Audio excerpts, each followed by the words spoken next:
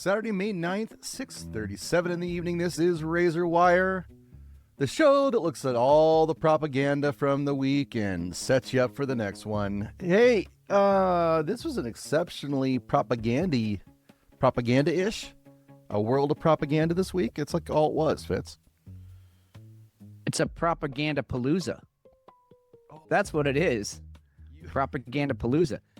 You just completely, I think you might have just named the show right out of the gate. I might have. And it just came to me just now. I was not planning that. I never do. Those are the best show titles when we don't plan them.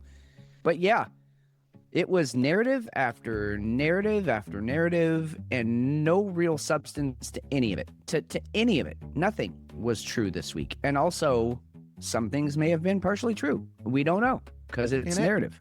And anticlimactic too. Let's not forget how just absolutely stupid it was at times. We started off the week with a bunch of clergy getting the nod from the U.S. government regarding aliens being, we need you guys to get your flocks ready. And then we end the week with the most anticlimactic alien. It was like the Epstein list all over again. It was just exactly. I missed the. They didn't roll anybody out with binders though this time. That kind of sucked. No, but they leaked it to somebody on a fucking thumb drive. Who was that? Somebody from Peter Ducey. Peter Ducey. Yeah, Ducey from Fox. Yeah. Yeah, I think they did that for all of the press pool that they let in the actual press room now. But yeah, he has a little thumb drive. We will get to that because we got to talk about that, and we got to talk about the new pandemic we're at. Where apparently they're prepping us. Yep. Get ready for more wild shit there for sure. It's like it took an hour to have all the COVID clips popping off. Yeah. Let's get out and mask. Yep. You know, let's 6 go feet. Let's go in and shut down things. It's just, it was just bizarre. Yeah, I think, I mean, my immediate reaction was like, absolutely not playing this game again. Won't do it. And I know millions and millions of other people are out there saying the same fucking thing. I mean, try it again, please. Try it.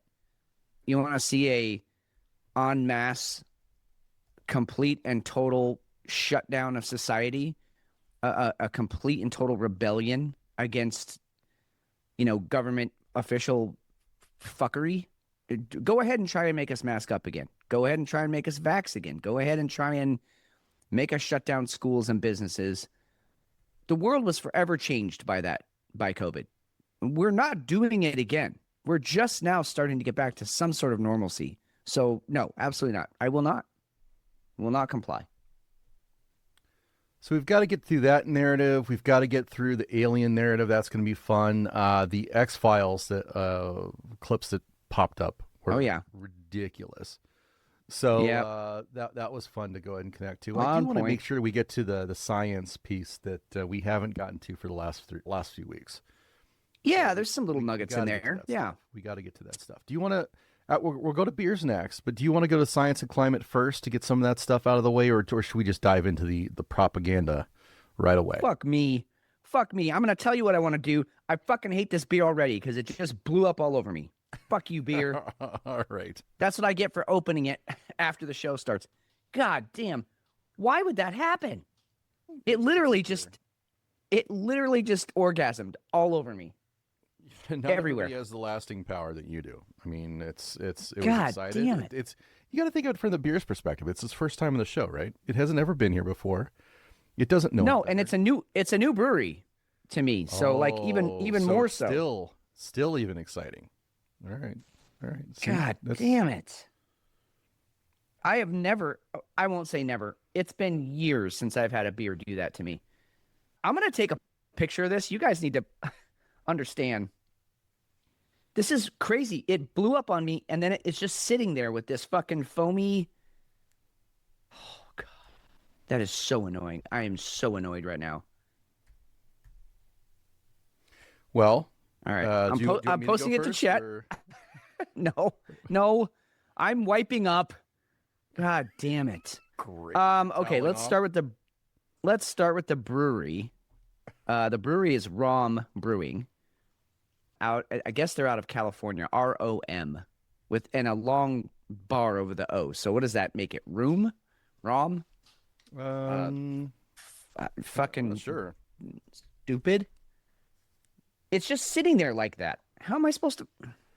Okay. All right. Gather yourself, Fitzpatrick. Here we go. All right. Do we need to run it back? Should we start over? No, I think this needs to stay. All right. I mean, you can make that call when you edit, but you might have to go first. This thing is like 60% head. I can't even drink it through the fucking foam. You go ahead and go first, McShane. Let's switch it up. Wow. I'm calling an audible. Go for it, because I got to let this thing settle. All right. All right. You see that? Did you see the picture? No. It's just sitting there like that. It won't go down. What chat did you post it to? I've heard that too. Razor wire. The signal chat. That's interesting. Did it not come through? No. You know what? I didn't push send.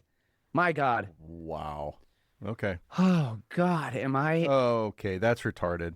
Seriously, I'm losing my shit over this. For everybody who can't see this at home, you have this froth. So you've got a green glass from Hop Valley, right? It looks like is that a? That's the can cover. That's a koozie, so that I don't know what the beer is. That's what she puts it in, so that I can't see what the actual. Yeah, that looks like a bad porno just happened.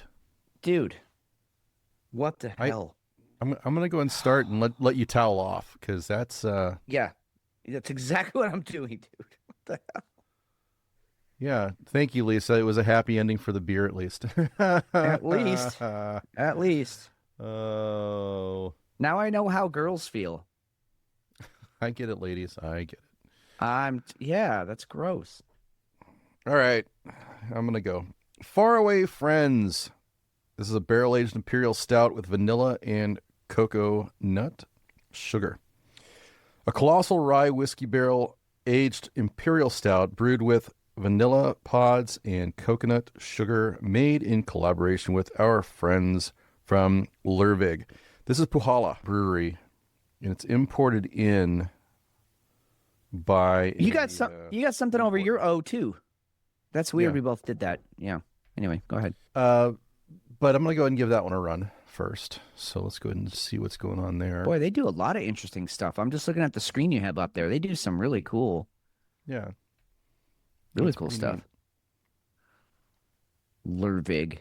If I ever have a son, if I ever have a child, I'm naming him Lervig. Lervig is a great name. Try and make fun of that, bullies. Lervig.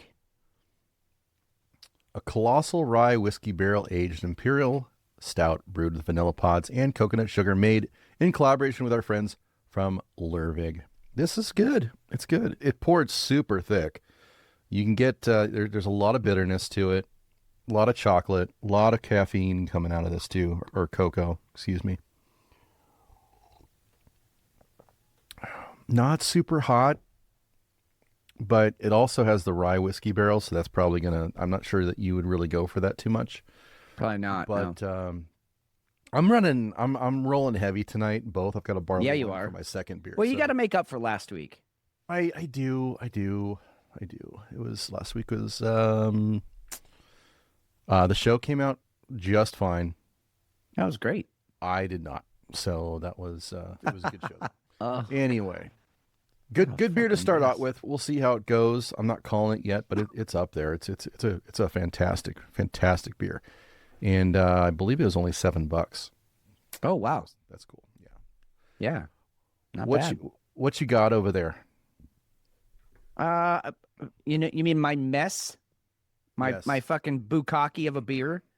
I don't know anymore, and I'm not sure I care. It's a light beer. It's mostly head. It smells like a lager of some sort. That's as far as I'm going to go with it, because I just don't fucking care. Let's see. I'm going to taste it. Wow. Well, is it even? Do you even have room to drink from it? I do now. It's the head is. It looks like have you ever been on the beach and that weird sea foam rolls in? It's like from some kind of algae. Yeah, that's what's on the top of this thing, and it won't go down. But I can, if I'm careful, and I have some skills with my tongue. So if I'm careful, I can get underneath the foam, and get to the actual meat. To the actual. So can we call that the beer G spot? Is that what that is? So I think for when you what get you're to the actual for everyone fluid? at home is that you're digging around, you're probing with your tongue.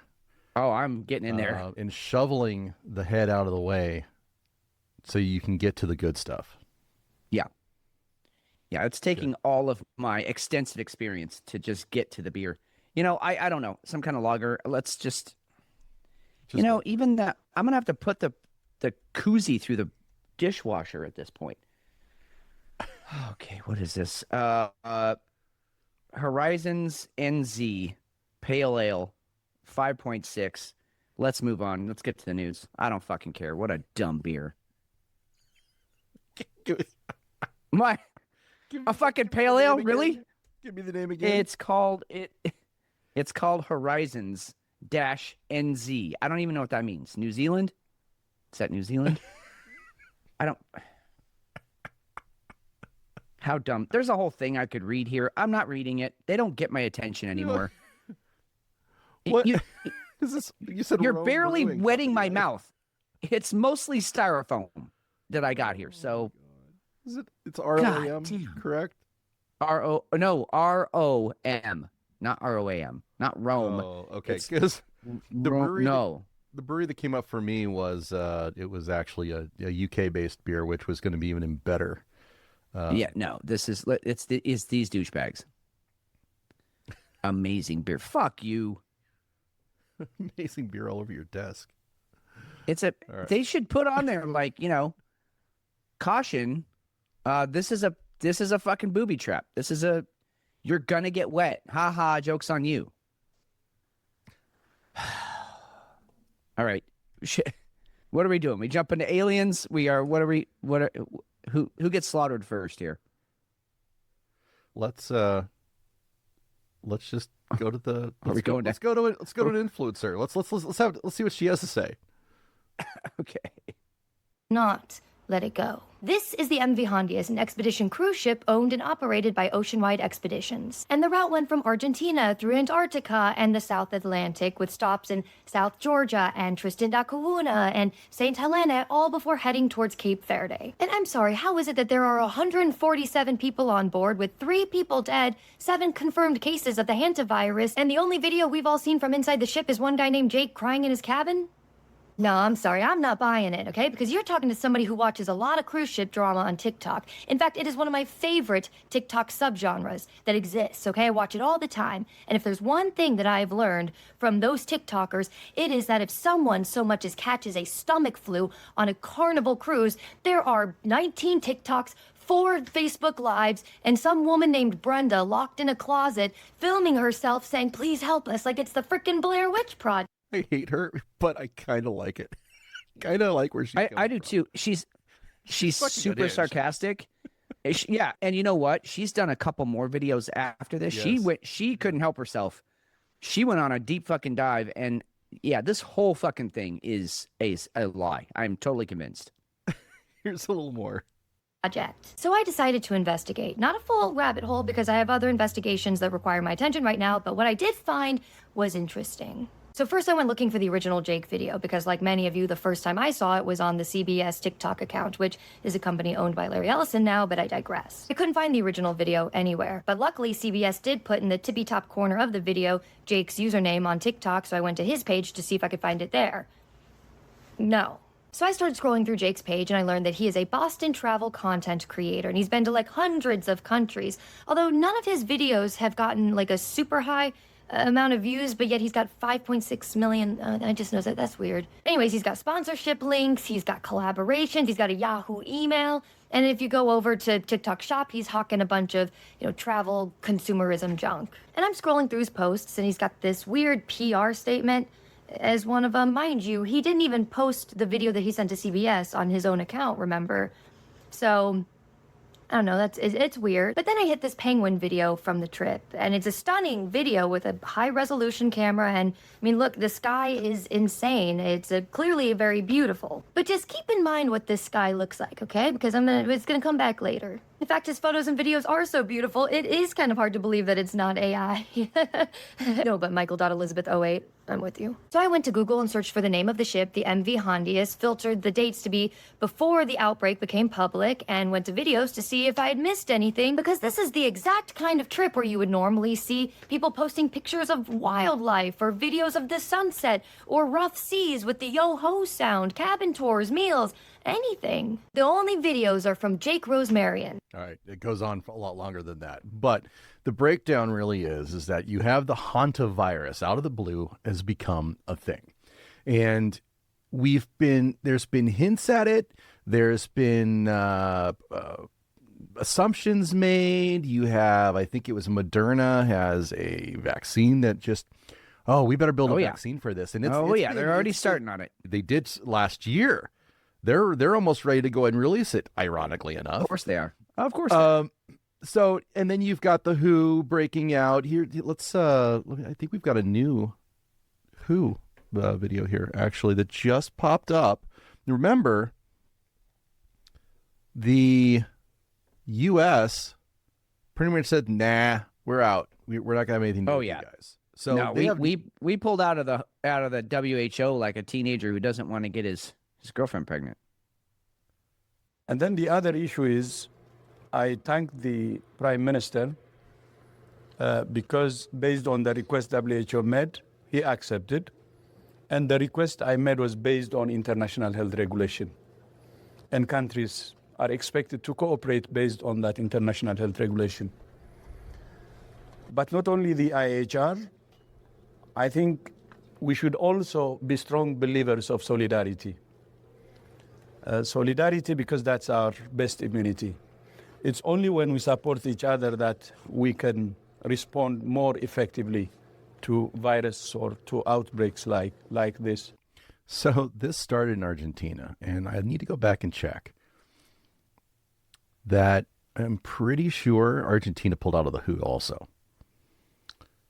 Wouldn't it be like the powers that be to go ahead and say, well, you're not going to support us. We need, we better go ahead and go into extortion mode. I'm convinced that's exactly what happened. And here's the thing.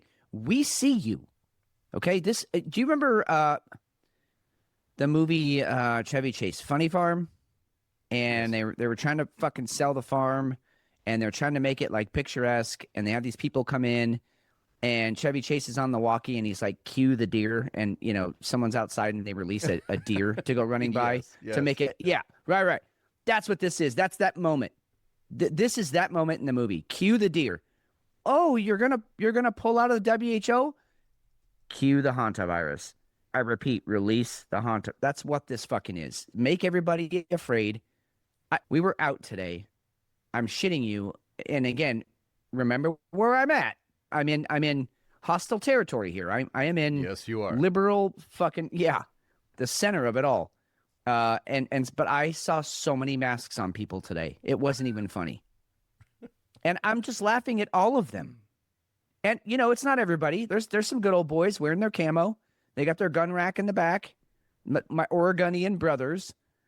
But a lot of people, and I'll tell you what, 80% of them had some kind of weird color hair. I'm not saying it's 100%, but it's pretty damn close. Unbelievable. I fucking hate it here. South African health authorities said they have identified the Andes strain of hantavirus, which may be passed from person to person. This is key. This is key because this is the strain that can go from person to person and not just from rat shit being shoved up your bunghole. This can go just in the air. You can breathe someone else's cough because they have the rat shit up their bunghole, and now you have it too. Yep. So this is the weaponized version. It's still, let's see, it's still extremely, it's not volatile, like the C word. Can we say this? Is it the C word, or should we just call it COVID and get kicked off of YouTube? No, that is completely taking the power out of the actual C word. So okay. no. Yeah, that's good. True. Do we need a code word for it so we don't get kicked off of YouTube, or should we just go ahead and just go with it and get kicked off? I'm okay either way. Call it the pandemic. Okay. The plandemic or whatever you want.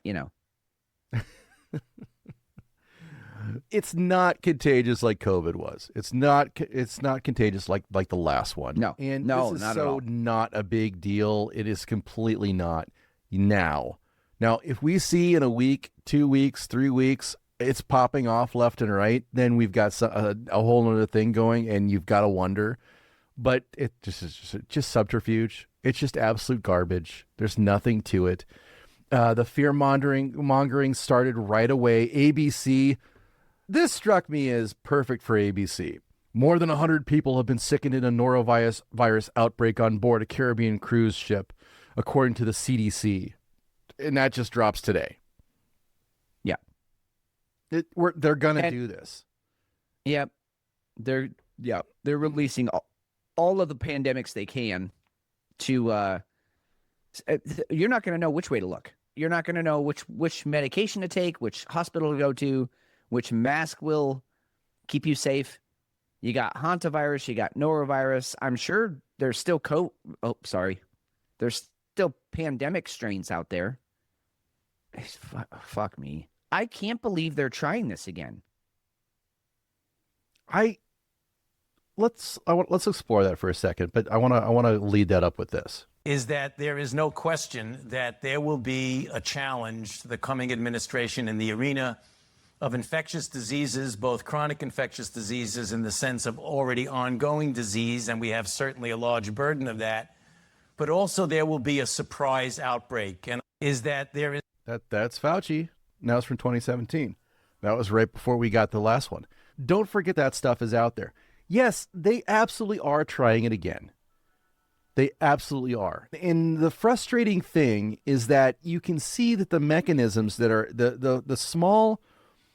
If you're looking at, see how I want to articulate this, because I think this is an important part. And I swear to God, earlier in the week I was not going to talk about communism and socialism, but let's just go at it with the WEF. But here we are. The UN. Here we are. And I mean, it's the fucking empire, right? This is what you're working with. Yeah. You have USAID gets taken out.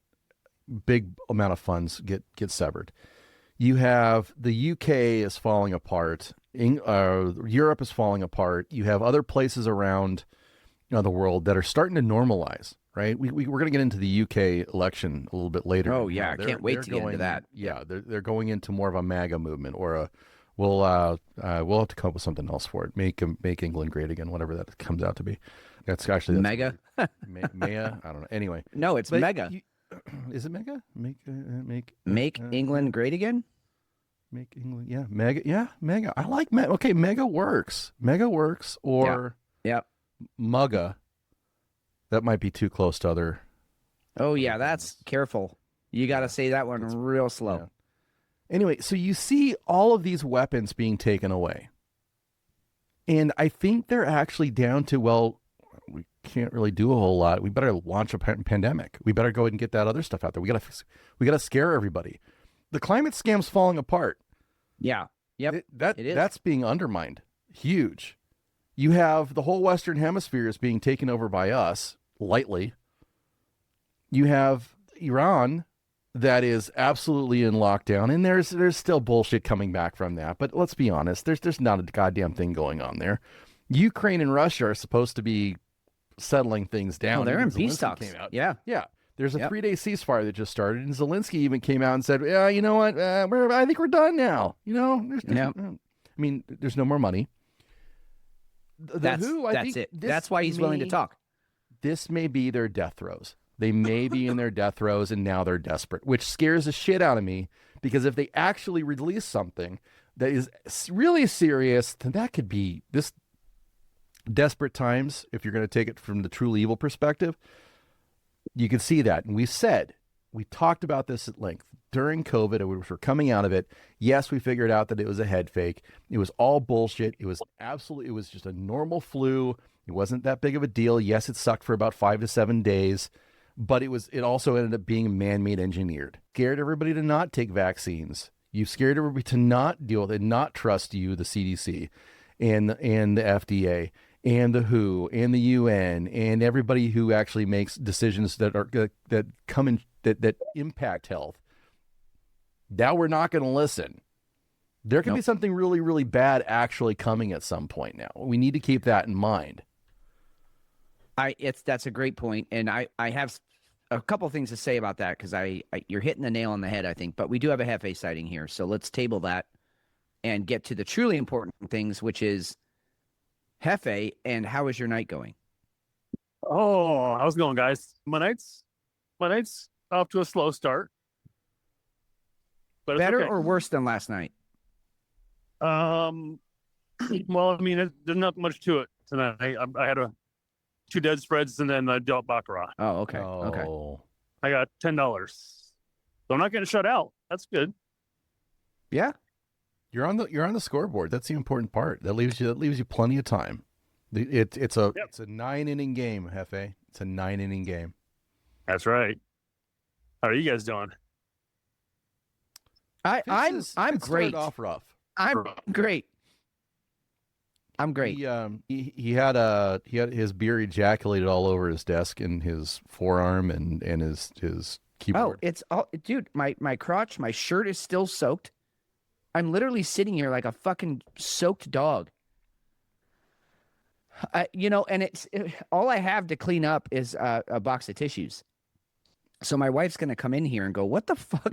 What kind of show is this?" Because I got wads of Kleenex everywhere. That's exactly what kind of show this is. Yeah, well, I mean, touche. Finally, touche. I heard some. Have you guys ever heard about Pete Rose talking about DiMaggio? How he described DiMaggio? He basically called him a penis with a man attached to it, and I feel like I'm not saying we need to use that line, but I feel like Jefe needs some kind of a moniker like that. Like, here he is. The penis with the man attached to it. Jefe. Something like that. Do we need walk-up music for you, Jefe? We can do that. Something. Well, not a bad idea. Do a little 30 seconds of Jefe, and it'll be like a WWE opening. I'll work on it for next week. There'll be a crowd. It'll be loud as fuck, and it'll be cheesy also, which I think pretty much is what we need. Oh yeah, we need to raise the cheese level for sure. If ever, for whatever reason, I can't imagine one, but if ever my nude body was displayed for a chat, they'd be like, "Oh, I was expecting so much more." With all That's not true. That's not true. Now, Jefe's donating his body to science just because of his schlong. I mean, come on.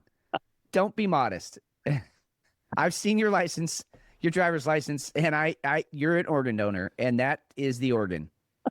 But the weird part was there's only one organ that he put on there. Right. Yeah, exactly. That got a little weird. Organ donor / penis. Well, I have no heart, so, Yeah. Yeah. And your liver's shot, so that's about all that's left.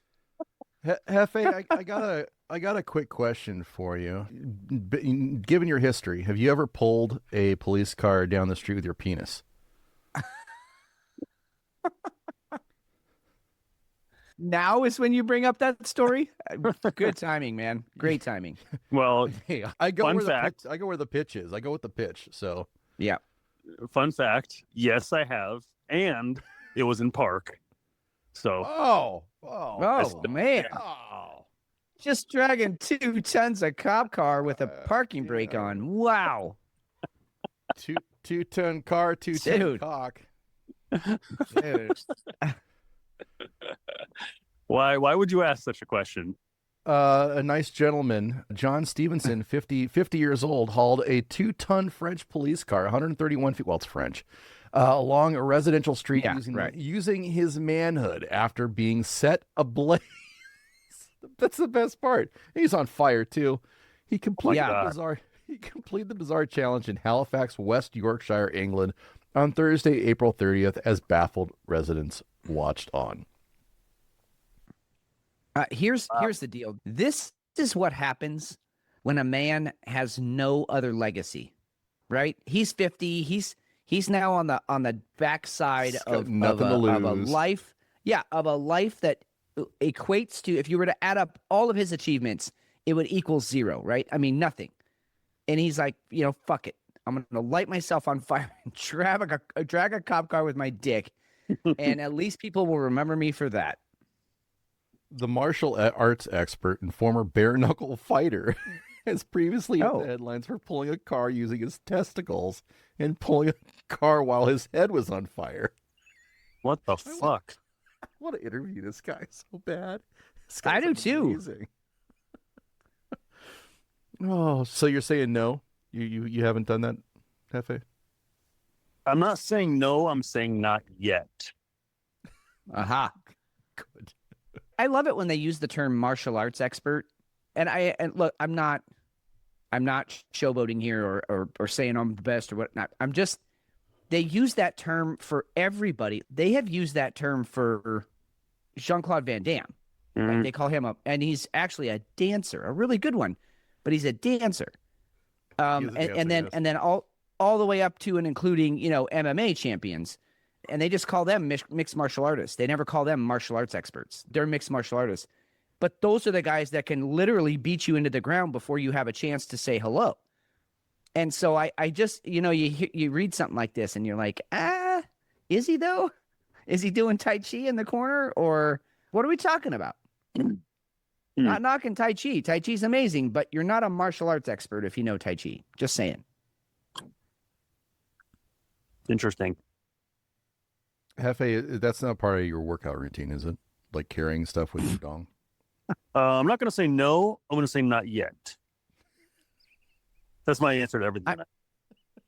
And I will say, the Buddhist monks have been doing stuff like this they'll take, giant tree trunks and tie them to their testicles and let them swing. Yes. And until because they're celibate anyway, and so they wait for the testicles to, exit the body. And they've been doing this shit for a long time, and they don't even, there's no facial expression at all. They just do it, and then it's over, and they move on with their lives. No facial expression. No pain registered at all. Nothing. You just set me up for the robot Buddhist, right? You know that, right? Oh, yeah, I guess I did. Dude. Oh, God. I wait for that for later. I feel like that's the second half of the show kind of a thing, but.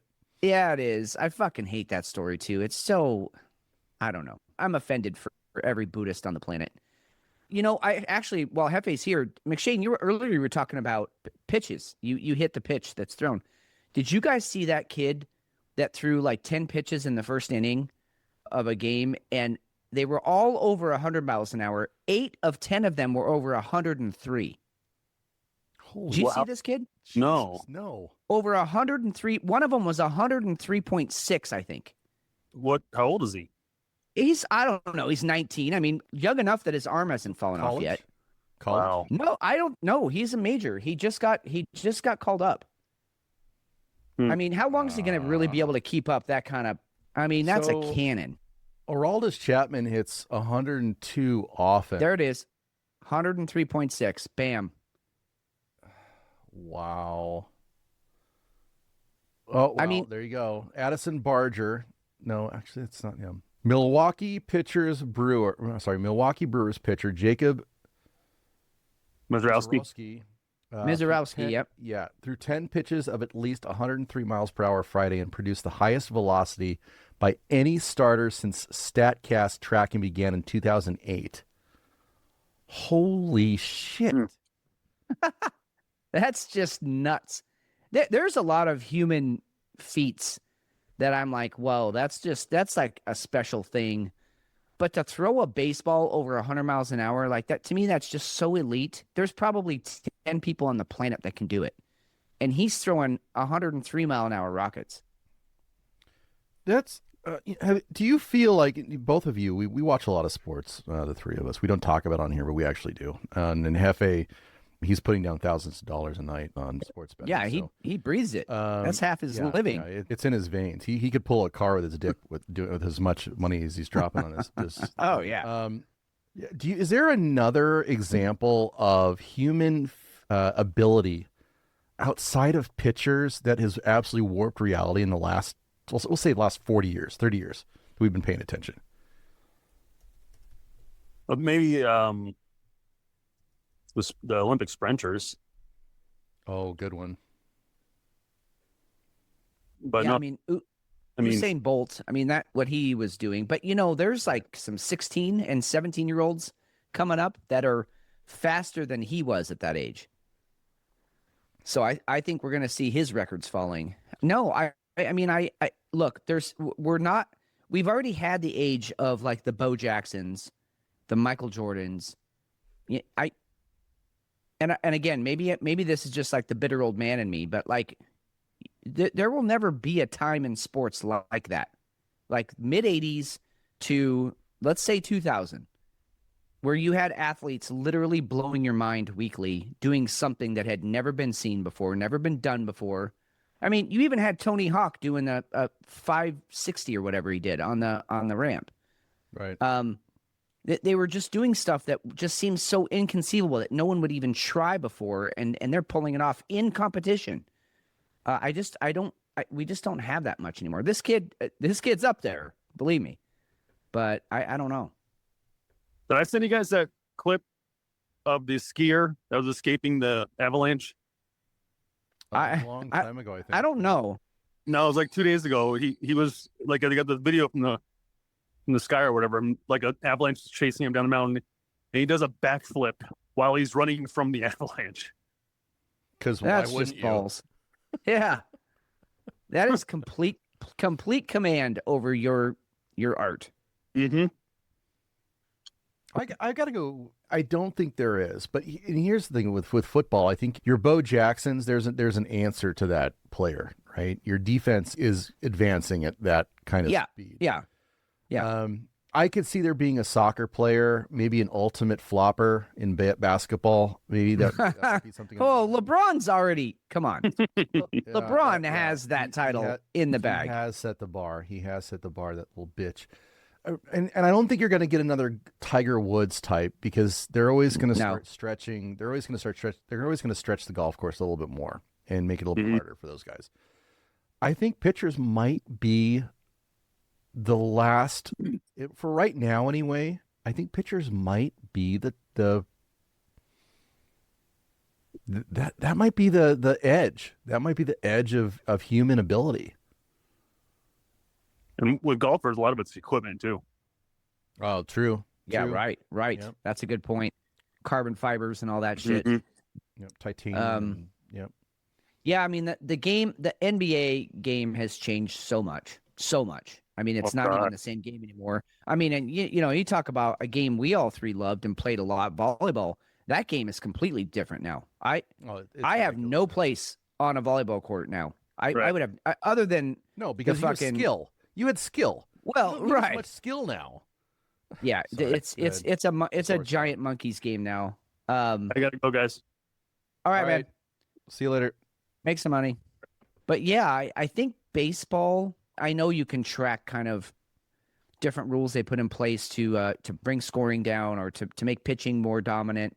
But overall, the game of baseball is the game of baseball.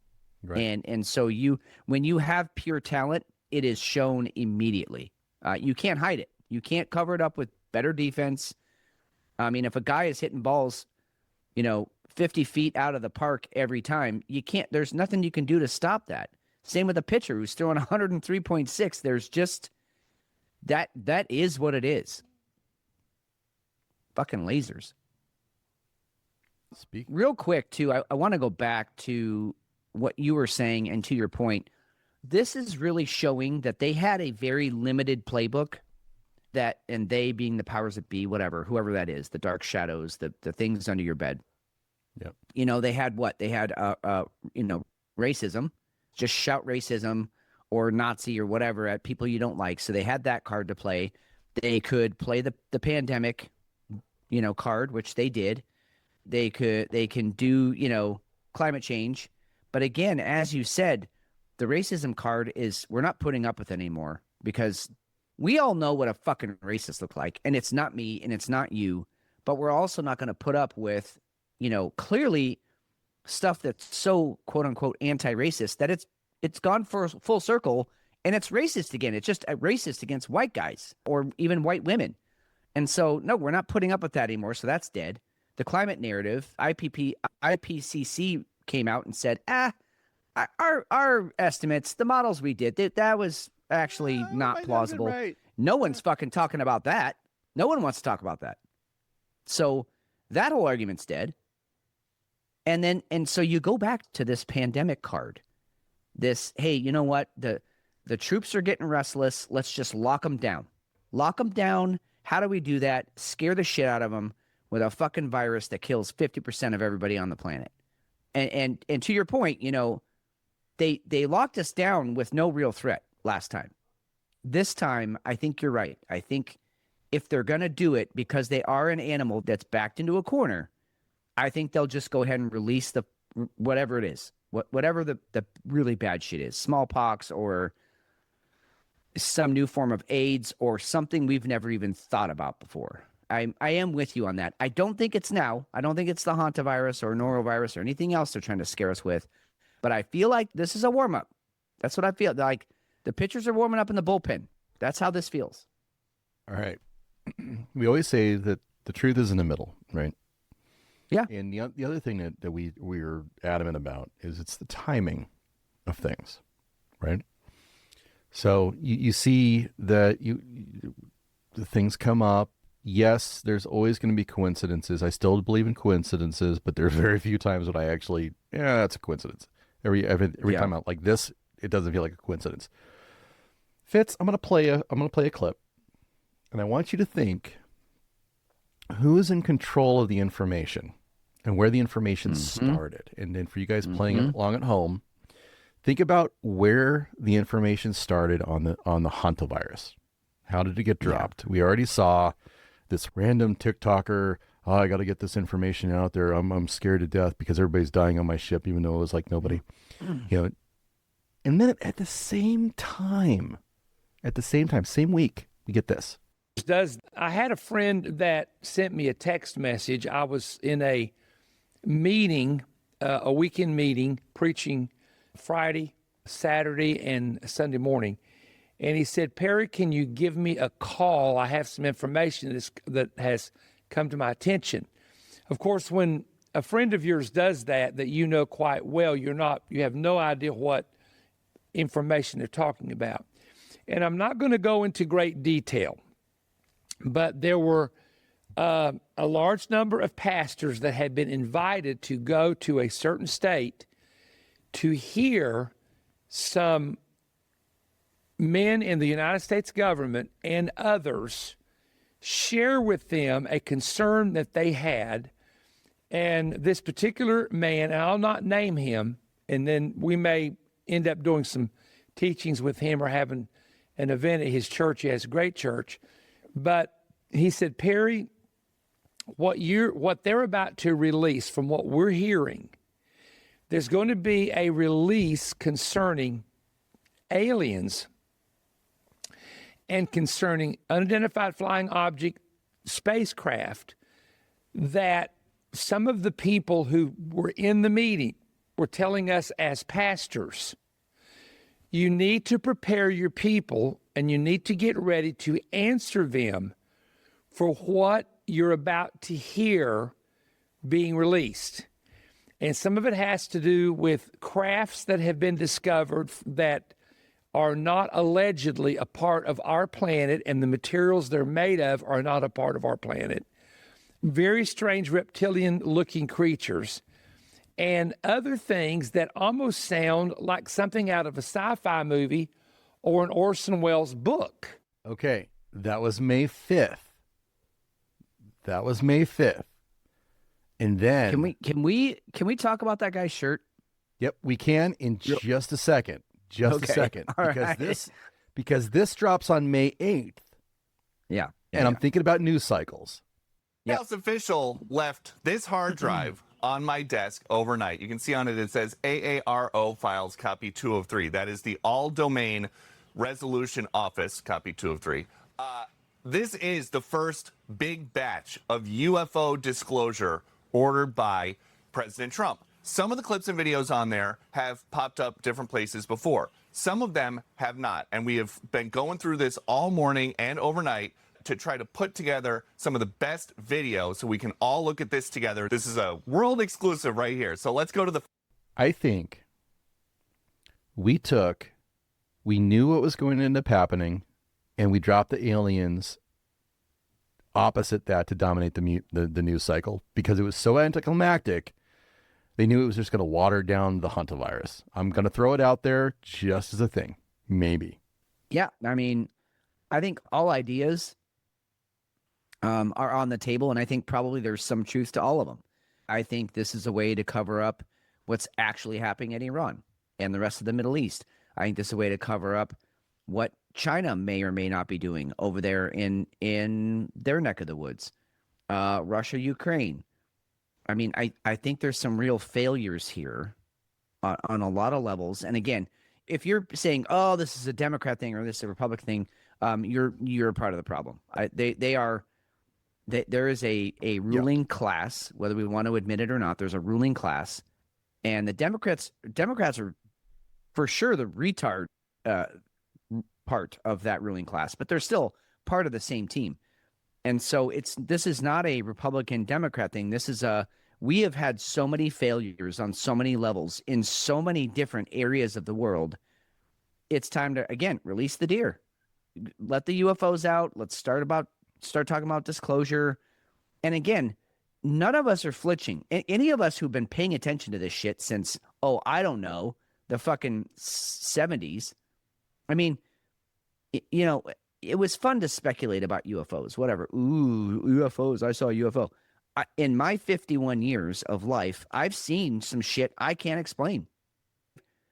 I know people who have experienced some shit that they can't explain. So, look, it's a foregone conclusion. I think we all know aliens are real. They've been here, and they may even be the creators of us. I mean, there's Egyptian hieroglyphics of UFOs, man. I mean, they talk about it in the book of Enoch, which is a part of the original Bible.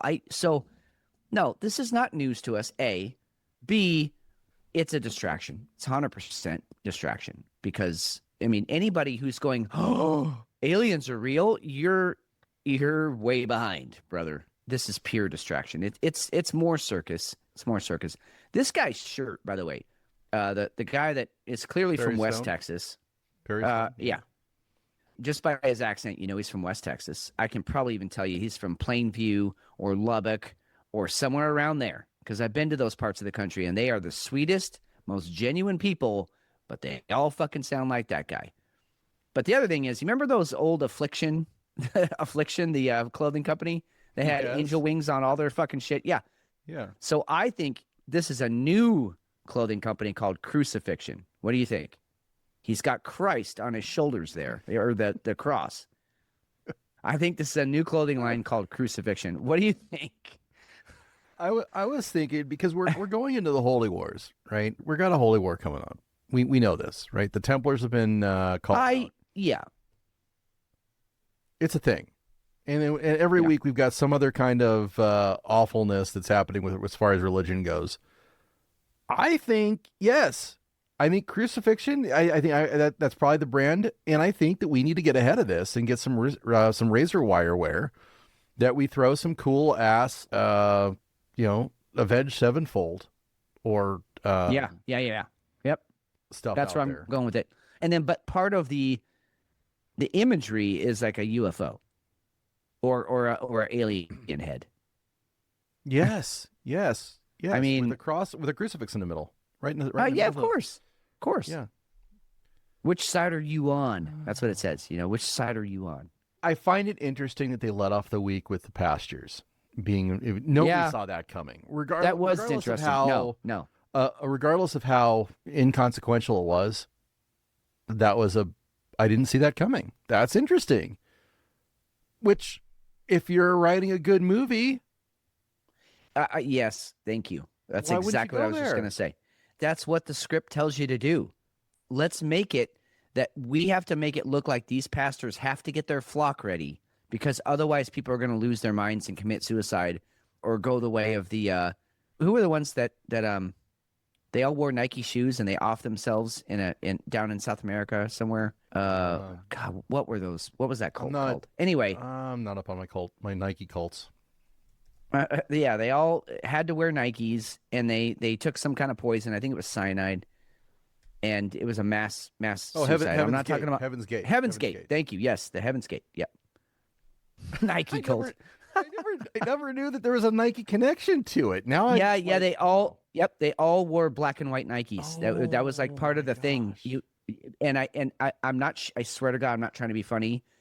I think whoever was the head of Heaven's Gate, I think he said something basically like, "So you can run to heaven faster," or something. That was his quote. I'm not gonna be able to look at anybody who Marshall Applewhite. Yes. I mean, when if that's Nike heads, Nike heads, right? Like, Nike heads. Oh, fuck me. Yeah, Jim Jones, our connection, me and Jefe's connection to cult stuff. Jim Jones had a church right across from where we grew up, the apartment complex there, right across the street. That was a Jim Jones church. Really? And then, and I always wondered why it got abandoned, why it was, why everybody left, because it was just this abandoned church that he and I actually broke all the windows to. Not all, we broke some of the windows to. And it just sat dormant for years and years and years. And then I later found out it was a Jim Jones church. And so everybody was dead. That's why no one came back. Here's something else that I found strange. There, no physicists or mathematicians were added to the release of documents if there was one this week. Get your parishioners ready, but you're not going to drop anything to the the Michio Hakus or what? No, Michio. Yeah, you got it. Michio Kaku. Yeah, Michio Kaku. We're not gonna release anything to them. The actual scientist. I mean, he's a talking head, and so is Neil. Yeah, and so is Neil deGrasse at this point. Yeah, douchebag. Yep. Yeah, but to your point, you would think. Look, if we want an expert opinion on whether or not this footage is real or if it feels legit, that's who you should be giving it to, not religious leaders. And, I've heard this weird thing, too, before, because I would like to get away from this story because I think it's bullshit. But there's a small but growing movement that, and again, I guess this is semantics. This is a semantic argument. But either way, it's what's happening. A lot of people are talking about, they're going back to the Bible and saying that these are like fallen angels or these are Nephilim. Yes, they are. And I know that there is some connection there. Again, I mentioned the book of Enoch. It talks about all that stuff in the book of Enoch and who the Nephilim were and who the Watchers were and all of these things that are now occult favorites nowadays. But I just think it's interesting that some people can look at something and be like, oh, that's definitely aliens and they're from another planet. And other people are like, no, these are agents of heaven and hell, and they're in a giant war in the skies above us. And that's why we've been seeing all the weird fireballs falling down, because it's space debris from blown up ships. And I mean, dude, all of that could be true all at the same time. That could all be true. Well, so can Harry Potter. Yeah. Maybe Amen. We've got a big Harry Potter war going on. Yeah. Yep. Wild times. You're wild absolutely times. right. We haven't gotten into. Oh, Lisa, expensive petroleum. You're right. Yeah. How long? If you guys haven't followed Yellow Cat on X, her meme game is she's a meme lord at this point. It's top notch. It truly is. It's top notch. Expensive petroleum is a fantastic Harry Potter spell. It rolls off the tongue absolutely perfectly.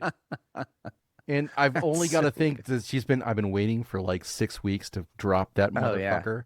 And there it is. Expensive petroleum. Bam. No, you can go ahead and take credit for that one. It's you take credit for it in our world. We'll see where it goes. Do we want Do we want to play the X-File clip that everybody dropped right away? Yeah, I think so. Just because we were huge X-Files fans. We used to, when we lived at the Hubble House, we would have, like, when the new episode would come out, we would like make nachos and shit and sit and watch X-Files together as a man group. So I was a huge X-File fan for lots of reasons, but mostly because I believed aliens are real all the way from when I was a kid. And so the X-Files comes out, I was like, yes, this is validation. I know they're real. But this is some creepy shit because these clips actually kind of basically spell out what's happening right now. And it goes back to that whole thing, like, they have to tell you what they're going to do before they do it. You know, the Simpsons, that's the argument with the Simpsons. Why do they always tell the future? And a few other things. And so this is another one of those cases where they told us exactly what they were going to do. And here we are. See this crap? Somebody knows I'm talking to you. Not according to the men in blue. Oh, what is it this time? Kiddie porn again? Sexual battery of a patient? They want to discredit you for what? Because I'm a dangerous man, because I know too much about the truth. Now that end of the world apocalyptic garbage, right? You know my work? I was right about Dallas, wasn't I? How were you right? Are you familiar with the Hantavirus Scare? Yeah, it was a deadly virus spread by field mice in the southwestern United States several years ago. According to the newspaper, FEMA was called out to manage an outbreak of the hantavirus. Are you familiar with what the Federal Emergency Management Agency's real power is? FEMA allows the White House to suspend constitutional government upon declaration of a national emergency. Think about that. What is an agency with such broad sweeping power doing managing a small viral outbreak in suburban Texas? You're saying it wasn't such a small outbreak? No. I'm saying it wasn't the hantavirus. Well, what was it? You feel rude? What was it? When we were young men in the military, your father and I were recruited for a project. They told us it was biological warfare or a virus. What killed those men? What killed them, I won't even write about. We have no context for what killed those men, or any appreciation of the scale at which it'll be unleashed in the future. A plague? A plague to end all plagues, Agent Mulder. A silent weapon for a quiet war. The systematic release of an indiscriminate organism for which the men who will bring it on still have no cure. They've been working on this for 50 years. While the rest of the world have been fighting gooks and commies, these men have been secretly negotiating a planned Armageddon. Negotiating with whom? I think you know. The timetable has been set. It'll happen on a holiday when people are away from their homes. The president will declare a state of emergency, at which time all government, all federal agencies will come under the power of the Federal Emergency Management Agency, FEMA, the secret government. They call me paranoid. Go back to Dallas, Agent Mulder, and dig. Or we're gonna find out along with the rest of the country. When it's too late. Yeah, and I think, you know, back then FEMA was the evil, scary demon in the closet. You know, now we have Department of Homeland Security that that FEMA falls under, and I think DHS has a very vague and very broad ability to take powers away from certain areas of the government if there is a national emergency. And so that it's DHS now, it's Department of Homeland Security that really scares me. That can be this demon that the character was talking about there. And again, the only way this works is if we all comply, or if 51% of us comply, or we stop looking. We stop looking. We just gonna I have to trust these people. It's okay. They're from the government. They're here to help. Right. Yep. Eight most dangerous words on the planet. And so I don't see that happening. I'm hoping, I have enough faith in my fellow man, my neighbors. Well, not my neighbors in this little shit town, but across the country, I have enough faith that there's going to be enough people that go, nope, sorry, we're not going to fall in line with your bullshit. If it's aliens, then look, let's go back to the Irishman's philosophy, right? Irishman's philosophy are there's only two things you ever have to worry about. And let's put that in context of aliens. So in the case of aliens, Two things to worry about. Either they're peaceful and they want to help, or they're here for a war. If they're peaceful and they want to help, nothing to worry about. If they're here for a war, then there's only two things you need to worry about. Either we kill them all or they kill all of us. If we kill them all, there's nothing to worry about. If they kill all of us, well, there's still nothing to worry about. Because you're going to heaven or to hell, and you just are going to shake hands with friends. Like, at the end of the day, what the fuck do they want us to do about any of it? And if the answer is lock down, stay in your homes, be compliant, then the answer is no. I'm sorry, we're done. We're not going to do that. We're not going to play that game anymore. So now, what would you like us to do? That's where we're at. I'd like us to get to beer 2. How'd beer 1 go? Dude, fuck that beer. I actually don't even know. I rage drink this. This was a hate fucking of a beer. Every gulp I took, I was like, take 3 more. Do it. I got this thing down. This was a hate fuck. I don't know. It was fine. It was a pale ale. I killed it. That's what I did. I killed it, and it will never be alive again. I'm never, ever making a sounder for that type of beer. For that, for rage fucking a beer? No. But it wasn't a drain pour though. Just keep that in mind. It wasn't a drain. No. I on purpose drank it a third at a time because I wanted it to feel pain. Yeah, and myself. Yes, it had to feel it, and I had to feel it. How about yours? How'd that beer go? I'm interested to see how that one warmed up. Yeah. Really fantastic because I do like my rye. I do like my rye because it has that little sour end to it. It's a pucker, a little bit of it, but you still get the malt and you get the barrel, and it's a rich, complex beer, and it's a good journey, right? Fantastic beer, and I would go out and I would get this one again. The only thing that makes me sad is that it wasn't big enough. I would have loved to have had a full-on beer that was just a large one, like a big feature bottle. That would have been fantastic. I would have loved that. Absolutely would have loved it. Man, I have heard that so many times in my life. It was great. I just wish it was bigger. Can you just please? God, I just want more. And me too. Me too, honey. Me too. Thank you to everybody who's in chat right now. We are going to go to beer 2, but Brad, thanks for joining us. Duchess from Boomer Bunker, thank you. Susan and Lisa, thank you so much for being here. We are going to go get beer 2 underway, and we will be right back. All right, so beer 2, I threatened to... I told everybody at the beginning of the show, it was a day, it's been a week, and I'm going to roll heavy tonight. So tonight, I'm going with Big Barrel-Aged Old Naughty. And Fitz, I'm going to have to wipe this beer on my shirt. It just did what you did.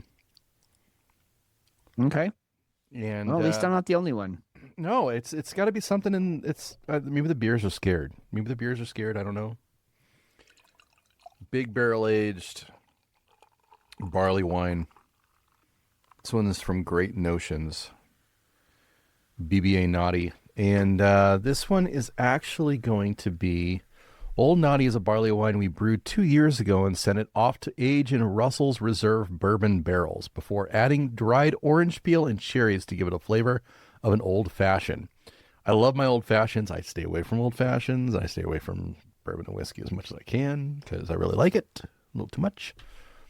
So I'm curious about how this one's going to go. Have you had this one? You're a Great Notion guy, and I want to get into our beer index after we get through beers here, but I got a little bit of a surprise I'm working on. Okay. No. Specifically, I've not had this one. And again, it's probably because, okay, I will say I've had some barley wines from Great Notion. They do a fantastic job with all their stuff. But I've never had this one because it probably is a limited run. It probably just came out and we'll never see it again. They do hundreds of beers a year. I'm not even kidding. Hundreds. They must have 100 different brewers all working on different shit. So no, I've never had this one specifically. Looks great. Again, their can art, they got to be using AI or something because they just come up with so many different beers, so much different can art all the time. But yeah, I am going to anticipate you're going to love this thing. I'm excited for you to have it. It's an old fashioned. It is straight up an old fashioned. You don't even get the barley wine, other than the mouthfeel, the thickness of it, and just how the way the complexity of it, how you'll start off, you get a little bit of sweetness, then you get the other flavors, the orange peel, the richness, the malt, and then you get the sweetness at the back end. Then you get just the other, a little bit of booze at the end, and it is just a nice old fashioned. I'd rather drink this than old fashions, actually, which is crazy. Yeah. A very, very good beer. Very good beer. In solidarity, I guess, and to also get as far away from pale ales as I can after that last beer, I'm going with another bombastic. I think last week I mentioned I got a bunch of bombastic beers, and all of their bombastic brewing they're also bombastic beers, but it's bombastic brewing, great brewery. And this one is called Stubbornness, and it is an English barley wine. So I went with a little bit different, feel to things than you did. American barley wines and English barley wines sort of differ mostly on the way they finish. Americans can be a little bit more hoppy, think Arrogant Bastard back in the day. A little better lean into the hoppy, leans into a strong a little bit. Yep. And the English ones tend to finish a bit less sour. They don't get those cherry notes as much. They're more caramely. They're more malty, which is exactly in my wheelhouse, and yours too. I think I love barley wines, but if I have a choice, I'm leaning towards the English barley wine. So Bombastic does a fantastic job. This is inspired by a classic English harvest ale, aromas of fruit and molasses in a ruby pour. Creamy on the palate, look for notes of rye, toffee, caramel, figs, dates, brown sugar, honey, nougat, walnut, dark, and stone fruits. I mean, Jesus. And I will say, this is a 14%er, so I'm significantly upping the stakes here. So let's see what we got. Bombasticbrewing.com is the website if you guys want to go to it. Oh, good God. That is fantastic. Fuck, dude, you remember the old, well, they're not old, they still make them, I'm sure, but the fucking Dairy Queen, foamy ice cream, but they put in the butterscotch on top? That's what this beer is. I do remember it. I've never been a big butterscotch guy. Oh, see, that's one of my favorite flavor notes. I love butterscotch. I love caramel. You burn sugar a little bit and something gets released from that. Aaron could probably speak more to this than I can, but there's just something that happens when you chemically change sugar that way. And but that's exactly what this beer is. Very, very heavy on the caramel, a little bit of fruit, a little bit of booze on the end, kind of like you were talking, like you get that heat at the end, but it's not overwhelming. You would think for a 14%, you'd think you'd be in some trouble, but yeah, there it is. That's it. Yeah. Really fucking fantastic. Wow. Not a sex beer. Again, this is somebody you want to have a conversation with and get to know more.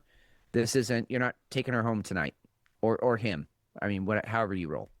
This is, but great beer. All right. I don't do this very often, but I really, really feel strongly that we need to make sure that we're supporting people out there. And this is so good. This is, guys, if you are into supporting the ASPCA and animals that are being harmed, and you want to help the African children that are out there, and that you can only, if you support them for just 30 cents a day, you can feed 96 of them. And you get a picture right in your area. You get a picture. Yeah. I think they should make these guys, this is in your alley. This is right up your alley. I think this is perfect for you. Let's listen. Hi, I'm Nick Peterson.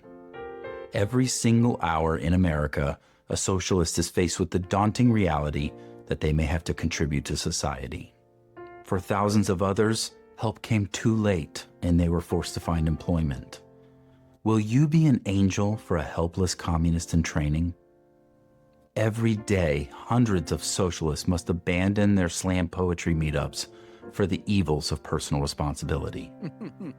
They're forced to participate in a free market where, unfortunately, individual achievement could possibly lead to prosperity. They're crying out for your handout, and only you can save them from drowning in student debt from a degree in feminist dance theory. Please visit the website on your screen and join the SPCS with a monthly gift right now. For just $6,000 a month, only 20,000 cents a day, you'll help rescue a socialist from the perils of employment and provide shelter among rising rent costs that they were tricked into voting for. Public transportation that they were told would be free. Tattoos and piercings they otherwise couldn't afford. Crayons for their signs, and daily Starbucks. Join in the next 30 minutes and you'll receive this free Karl Marx sticker to put on your MacBook Pro. Right now, there's a socialist freeloader who needs you. Your donation says, "I'm here to help keep your failed ideology on life support." We promise your donation won't be used for an airline ticket to a socialist country, but instead to bring that ideology here, because this time will be different. So please visit thespcs.com right now, and together we can achieve our mission of an equal opportunity starvation nation. Thank you.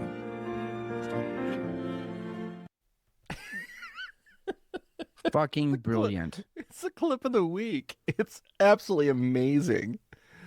Oh, okay. I didn't bring up. Did I bring up communism or socialism? Does that count? I feel like it does count. You sort of did, but that doesn't count. That doesn't count. It's beautiful. It's absolutely beautiful. It's absolutely beautiful. The only thing that would have made it better is if he did have Arms and the Angel, which we talked about last week, by the way. We did. If he had that playing in the background, that shot there.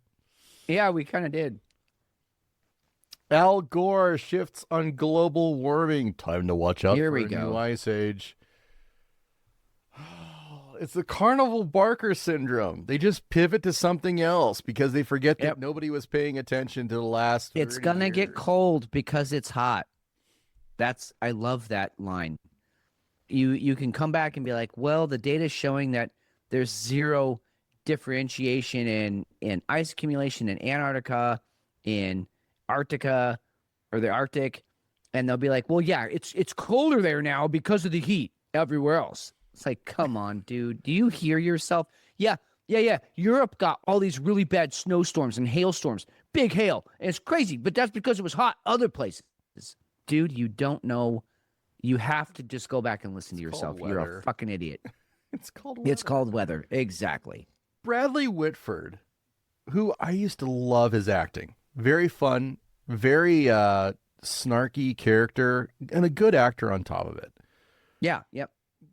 And this is just two individuals who are just desperate. Again, this is actually put out by the Hollywood Reporter. When the Hollywood Reporter actually started commenting on global warming, global warming, that might be the time to go ahead and stop paying any attention to it. But the funny thing to me is that you've got Bradley Whitford and you've got Al Gore, who Bradley Whitford hasn't done anything important in a decade. Al Gore, he's 78 years old. Yep. The only reason you go out there is if you're guilty and you're trying to defend whatever legacy that you've established, which has always been all the coasts are going to be overrun by water, and climate change is a real thing, and I need to make $10 million off of whatever movie I put out this month. That's all he does. And let's not forget that this whole panel, I guess, maybe, was Sustainable Entertainment Alliance at the Hotel Bel Air in Los Angeles. A list of nobodies who are nobody. Seriously, that's what it was. Yeah. You can't get more climate scammy. You can't get more socialist than this garbage. It was fantastic that it happened, and I appreciate that it was out there, and then we were here to go ahead and be able to talk about this wretch. And by the way, I have been saying since the beginning that we are headed for an ice age. I'm not saying it's going to happen anytime soon, maybe not in our lifetimes, but you know, but it's not happening because of cow forts. It's not happening because of cow forts, though. No, or your SUV. or coal plants or anything else. I mean, nothing to do with it. People keep talking about the collapse of the AMOC. I'm not going to get into the science of it. So if you want to know more, look up the Atlantic Meridional Overturning Current and do your homework. I'm not going to get into it. But the fact is, it is collapsing. 100% it's collapsing. But, you know, I asked somebody a question. I said, is water, and specifically salt water, does it carry an electric charge? And they were like, oh, I don't know. Oh, okay. Then we're going to stop talking now because you don't have any basis to say, well, it's carbon in the atmosphere that's killing the AMOC or that's creating this dynamic. The fact is, everything has an electric charge, almost everything. Some things are completely neutral. But salt water has a positive electric charge. So you tell me if you think that the shifting of a magnetic pole on our planet, which, by the way, magnetism and electrism are the same thing. You add an electric charge to something, it becomes magnetic, and vice versa. You can move two magnets together, and it'll cause an electric charge. We know this. It's basic fucking science. You learned it in 8th grade. So you're telling me you don't think that the shifting poles on this planet, magnetic poles, have anything to do with the currents of salt water, no less, on this planet? I mean, it's insanity. They can't see past. Well, the IPCC says, which we mentioned earlier. The IPCC has come out and said, yeah, the shit we said was like not plausible at all. But let's not talk about it. Yeah. So it's incredible that, and again, you know, correlation does not equal causation. So yes, there's some data out there that says the AMOC is collapsing, and I think it could in our lifetimes. But it's not, that doesn't mean that it's because you're driving a fucking SUV as opposed to an electric car. Nothing to do with it. Nothing. The Earth is gonna shake us off like fleas. It does not give a fuck. It really has its own processes. Nope. We're gonna get closer to the sun. We're gonna get farther away from the sun. Yep. Earth is gonna change. I wanted to drop that piece because it's funny that this makes news when there's a lot of people out there, really.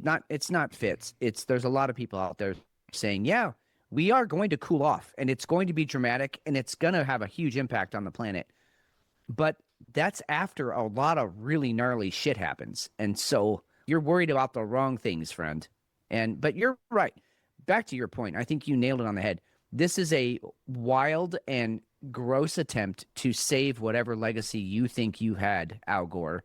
And we see you. We see it now. We're not falling for it again. So we're done. We're done playing the game. Go fuck off. Go have your party at the Hotel Bel Air and leave us out of it. All right. I want to get into this because this is about dreaming. And this is fantastic. This was off-putting. Why we dream. Yeah, it's actually after millennia of people debating this. If you go blind, the visual cortex at the back of the brain gets taken over by hearing and by touch and by other things, and it's no longer visual cortex. Well, what we realized is that because we live on a planet that rotates into darkness for half the time, the visual cortex, the visual part of your brain, is at a disadvantage. So what I realized is that the purpose of dreaming is to defend the visual territory from takeover from the other senses. So every 90 minutes, you've got this very ancient thing in your midbrain that shoots random activity into the visual system, and only the visual system. Every 90 minutes, you just blast random activity in here. And the reason is you are just defending that territory against takeover. Now, because the brain is a natural storyteller, if you blast random activity in there, it'll put that together in some sort of visual story about what's happening, mostly based on what connections are hot from the day. But that's why we dream. We dream to stop the other parts of our brain overtaking the visual part of our brain, overpowering it, I guess ultimately making us go blind. Yeah, that's exactly right. If we lived on a different kind of planet that did not rotate into darkness, then we presumably wouldn't dream. You might have...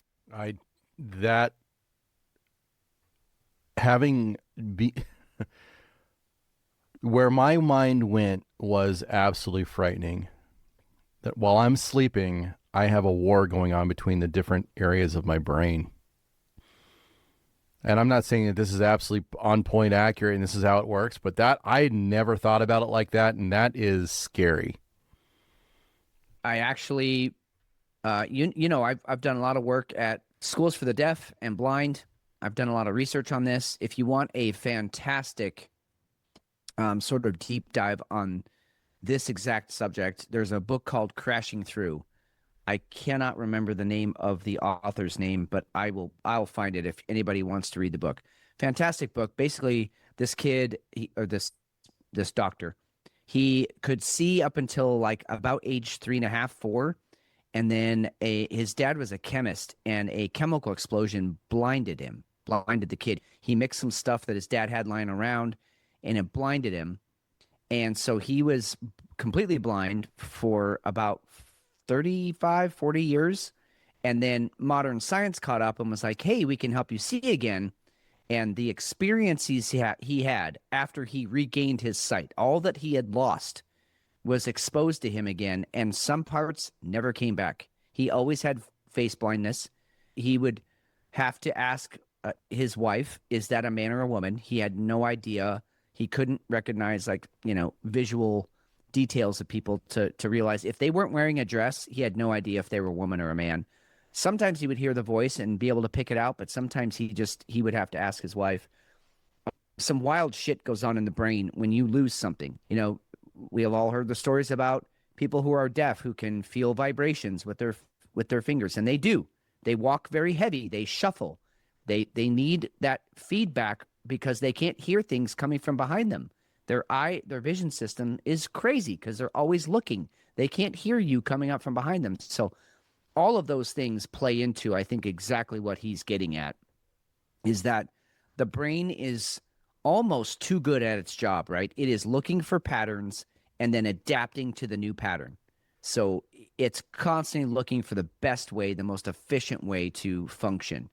And if you don't have any visual input for whatever reason, then we're going to recruit those brain cells for other things because we're going to need them, dude. You can't see anymore. We need to be able to hear better and feel better and taste better and smell better.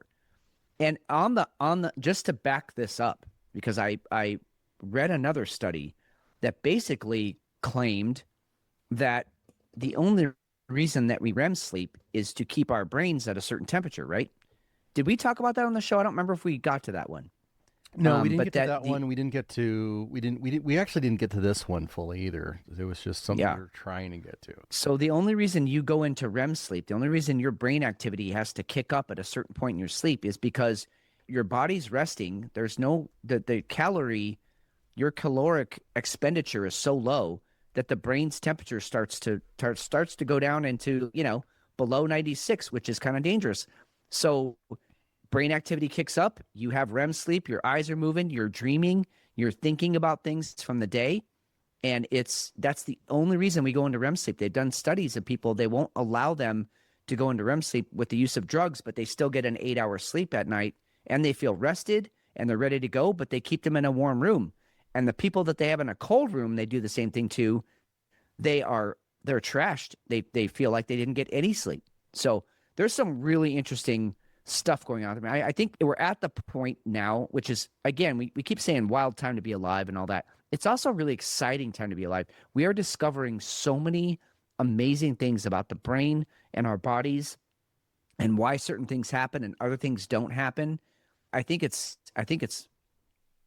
very exciting if we don't all blow ourselves up.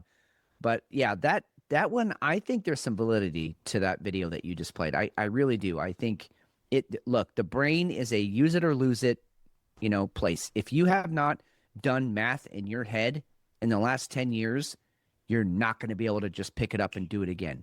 You've got to use it or you lose it. Same with the body. We know this. If you don't work out, we know what happens. You start to lose strength. You lose muscle tone. You lose bone density. You start gaining visceral fat. So these bodies are designed to use them. You just have to be careful not to overuse them. But Robert Kurson, thank you, Susan. Robert Kurson. That's who wrote Crashing Through. Fantastic read, by the way. Really, really great story. He's a great storyteller, but also the science in there it'll blow your mind. See,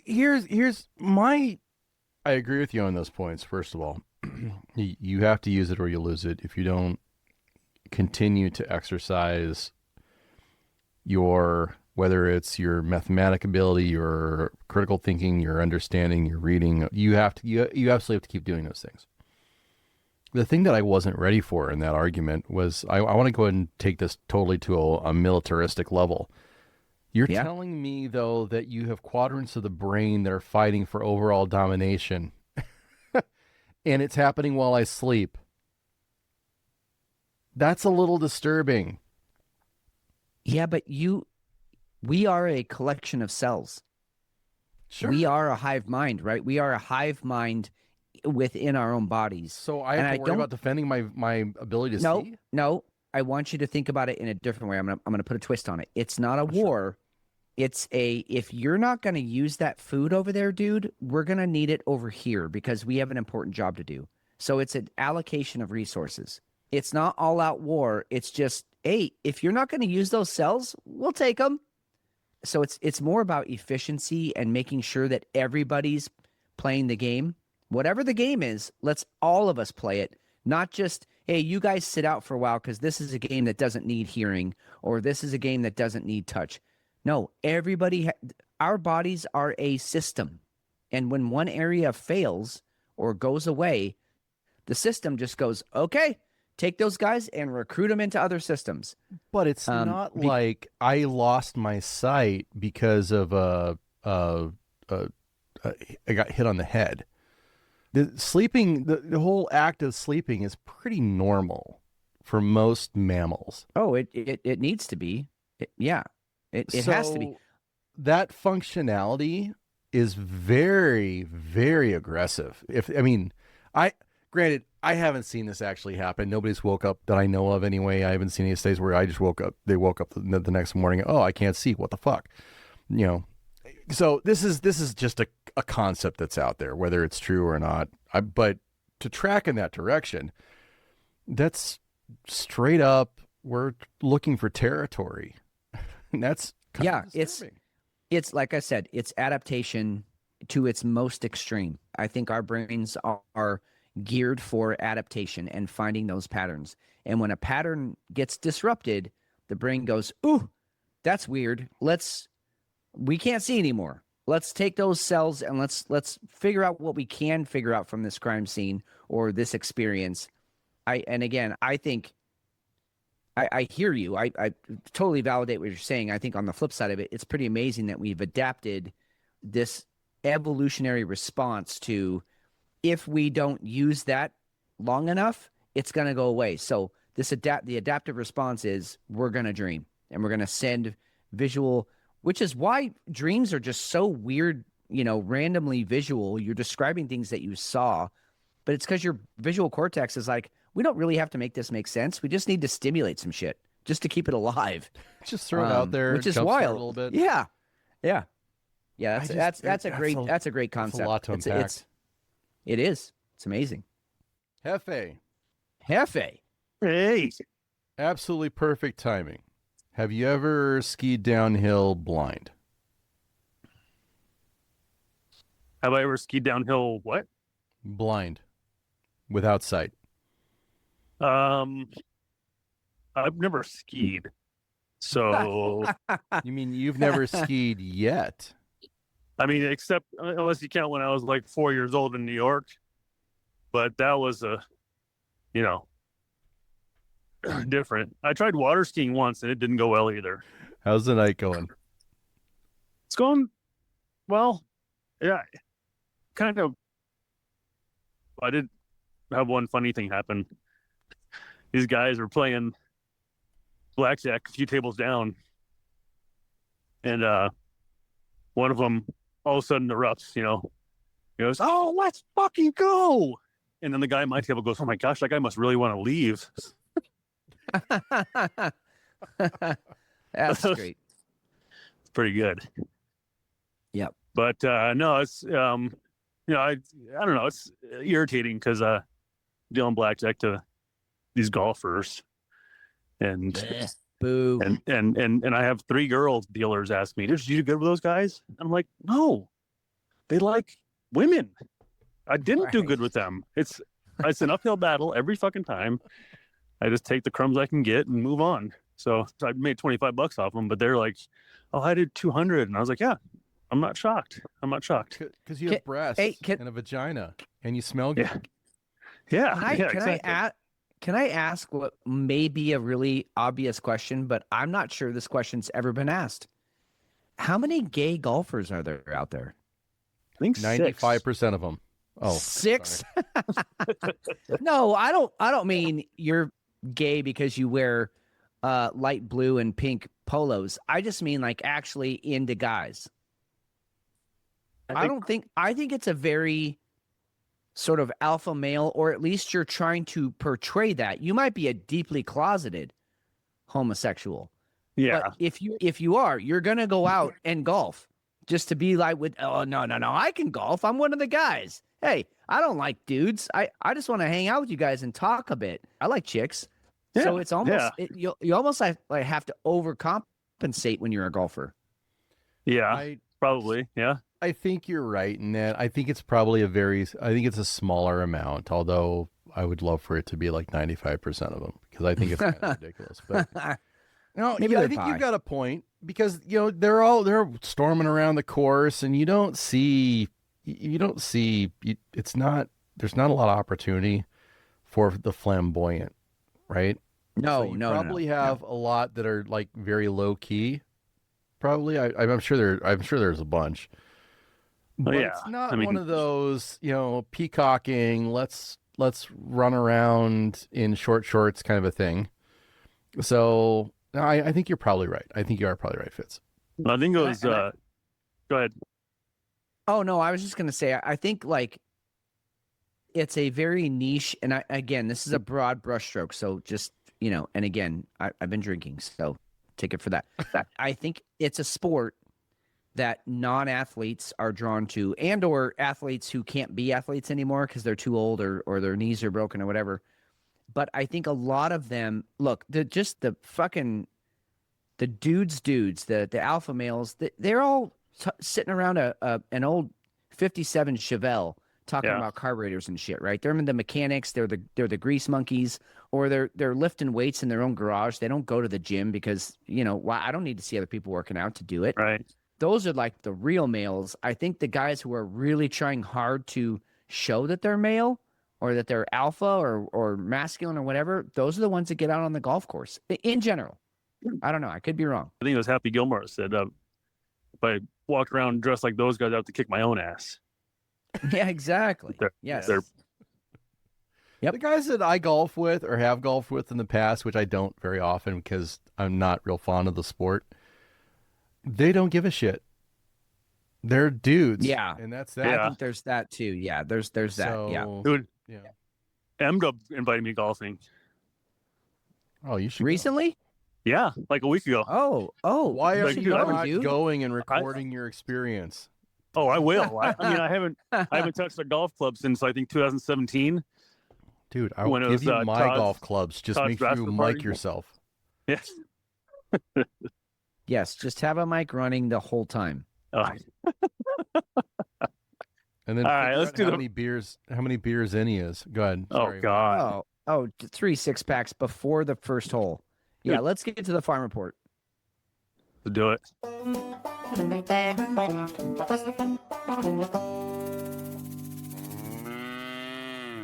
So I had an idea for one, and once I started constructing it, it left a bad taste in my mouth. Oh. So we're gonna shelf that one for now. But I got some amazing records / feats by animals. The longest ears on a dog was a bloodhound named Tigger. Yes. His ears were 13.75 inches long. And if you need to know how long that is, I can show you. No, I know. I know exactly how long that is. Exactly. I really wanted to step on that punchline, and I'm glad I pulled back. It was going to be something about 7 inches shorter than you. Anyway, go ahead. Next one. Do your ears hang low? Do they wobble to and fro? Sorry. The loudest purr ever recorded. 2 cats, Smokey and Merlin, hold the record at 67.8 decibels, which is equivalent to a vacuum cleaner or a dishwasher. I'm assuming a dishwasher when she's talking. I don't know. And we just went sexist. No, that 67 decibels, dude. I think a jet engine's at like 110 or something. That's loud. Yeah. That's why it's a record. Well, yeah. And this one, I think we all know this one by heart already, but I'll just say it anyway. The most dice stacked by a cat. What? The most? Did you say dice? Yes. I'm gonna say 13. That's 10. Okay. But Bibby, not the Bibby we usually talk about, balanced 10 dice on her paw. What? Yeah, I guess a person must have stacked them. Let's see. Most bottles. Here you go. Most bottles deposited into a recycling bin. 2 dogs, Bonnie and Simba, hold the record at 16 bottles in a minute. I love that. That's a record. Yes, someone actually timed that.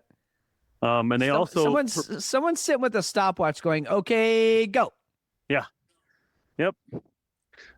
Those 2, Bonnie and Simba, they also performed 10 side leapfrog jumps in 16.78 seconds. They're the little show dogs.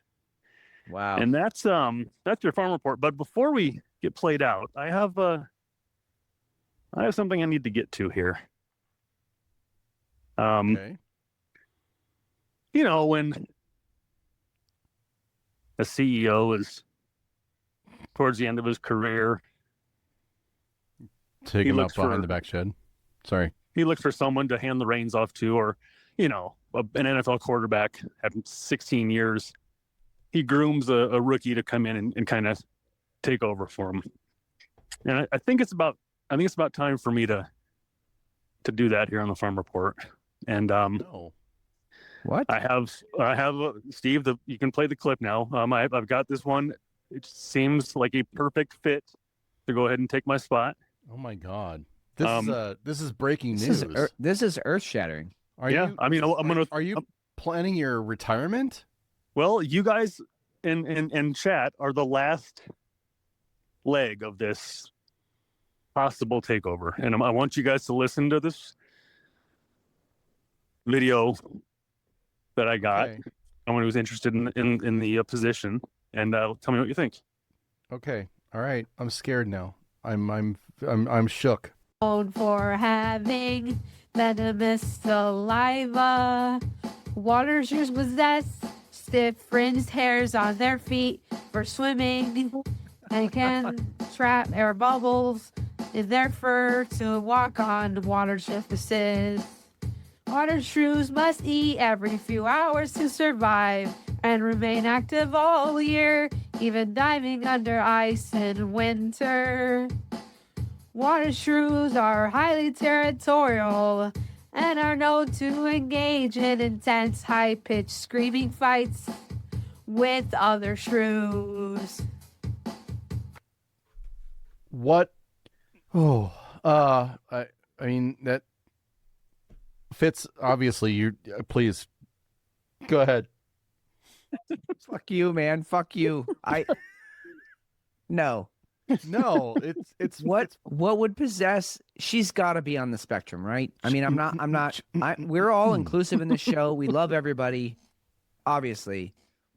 But that someone, does she not have any friends? Where are her friends to be like, hey, yo, don't post that? There is no friends. She's friends with the water shrew. She's, but you know what? She's sort of endearing. She's almost adorable. Really? Jefe, look, yes, I don't mean. Where is she on your finger scale? I don't mean in that way. I don't mean sexually okay. in any way. I just mean in the way that people can be just so innocently naive to things that was really adorable. Look, Jefe, if you leave the show for whatever reason, you know, death, dismemberment, or just personal choice, I don't know that we would have the salary to afford her. or the budget to afford her salary. Hold on. We've got breaking news.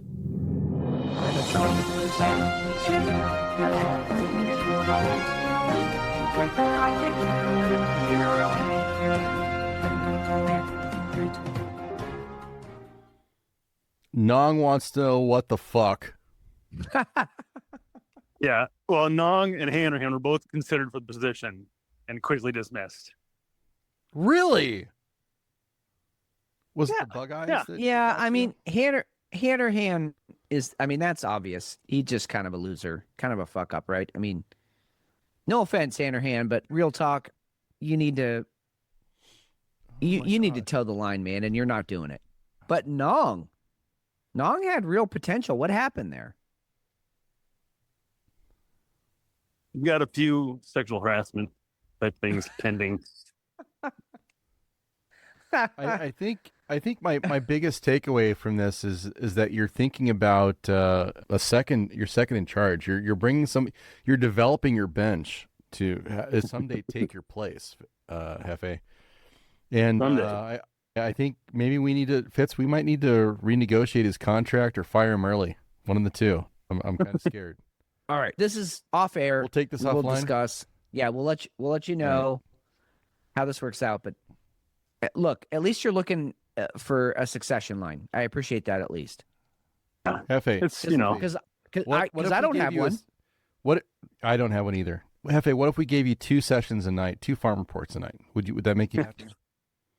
I don't know if I can keep up with that, actually. That's a lot of work. You know what? Let's explore this because you're leaving this show is not an option for me. But if there's another segment that you want to explore, just saying like sex juice with Jefe. You know what cologne is working for you this week? I'm all in. It's a good idea. I think we can build on that. Did you wear sex juice tonight? Podcast thing. I'm always on the phone.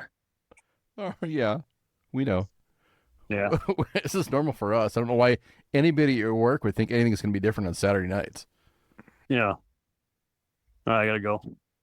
All right, man. Miss you. Yeah. All right. Love you guys. See you. Love you, man. Later.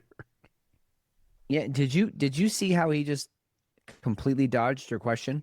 I think that's it. I think that's an affirmative. I think he's wearing sex juice tonight, and I think he's hoping for a little golfer poontang. That's what I think. You know, it'll be interesting. I think because we're talking about data earlier, and once you get a good amount of data, you can start making assumptions. So I'm curious to see if maybe golfers don't tip as well for sex juice versus other maybe Jefe. For everybody out there, Jefe this week started wearing a new cologne. It's called Sex Juice. I think it's the name of it. At least that's what I heard when he told us. So I wonder if maybe that might be a drawback. Maybe he's not making as much because of sex juice. Maybe not. I learned a fun fact this week. Did you know that most, and we're talking in the high 90%, most women's perfume have male pheromones added to them? Did you know that? And that's because, I mean, who buys women's perfume most often? Sometimes a man will buy a perfume for a woman if he likes the way it smells on her. But usually the woman buys perfume for herself because she wants to, attract a mate or, smell nice for her significant other.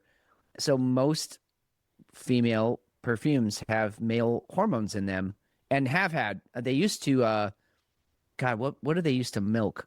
Or not milk, but like farm. It was like a muskox or something. They would take the male pheromones off of muskox because apparently those are the most potent and put those in women's perfume. And then the women would smell them and be like, I have to have this.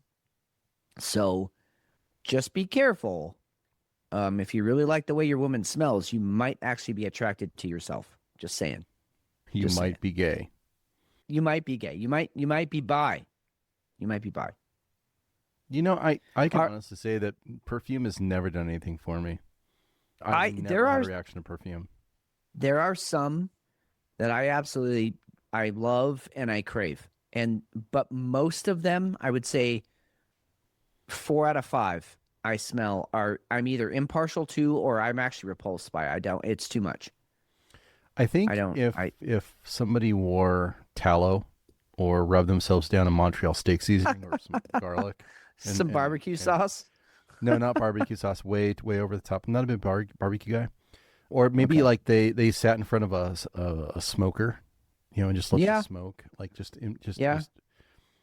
Or yes, Aaron Spice Buns, 100%. Aaron Spice Buns. If they just threw some of that and like rub it in their hair, I would probably want to have sex with them. I probably would. I mean, if you really think about it, a little bit of Aaron is in each one of those spices. Wow. Yeah. I wonder if he's going to make that his tagline. And we can say this because he's not here tonight, motherfucker. Yeah, he's not. Yeah. We can say anything we want. All right. Let's tackle this story. Let's get it over with. My God.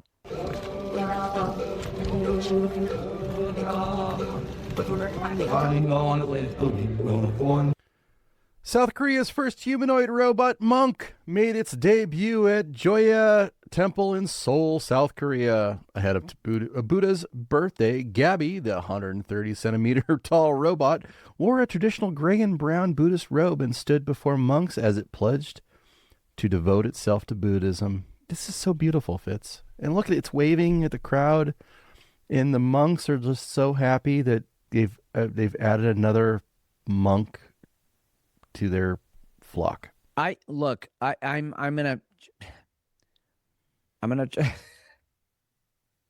this is amazing what I'm about to say.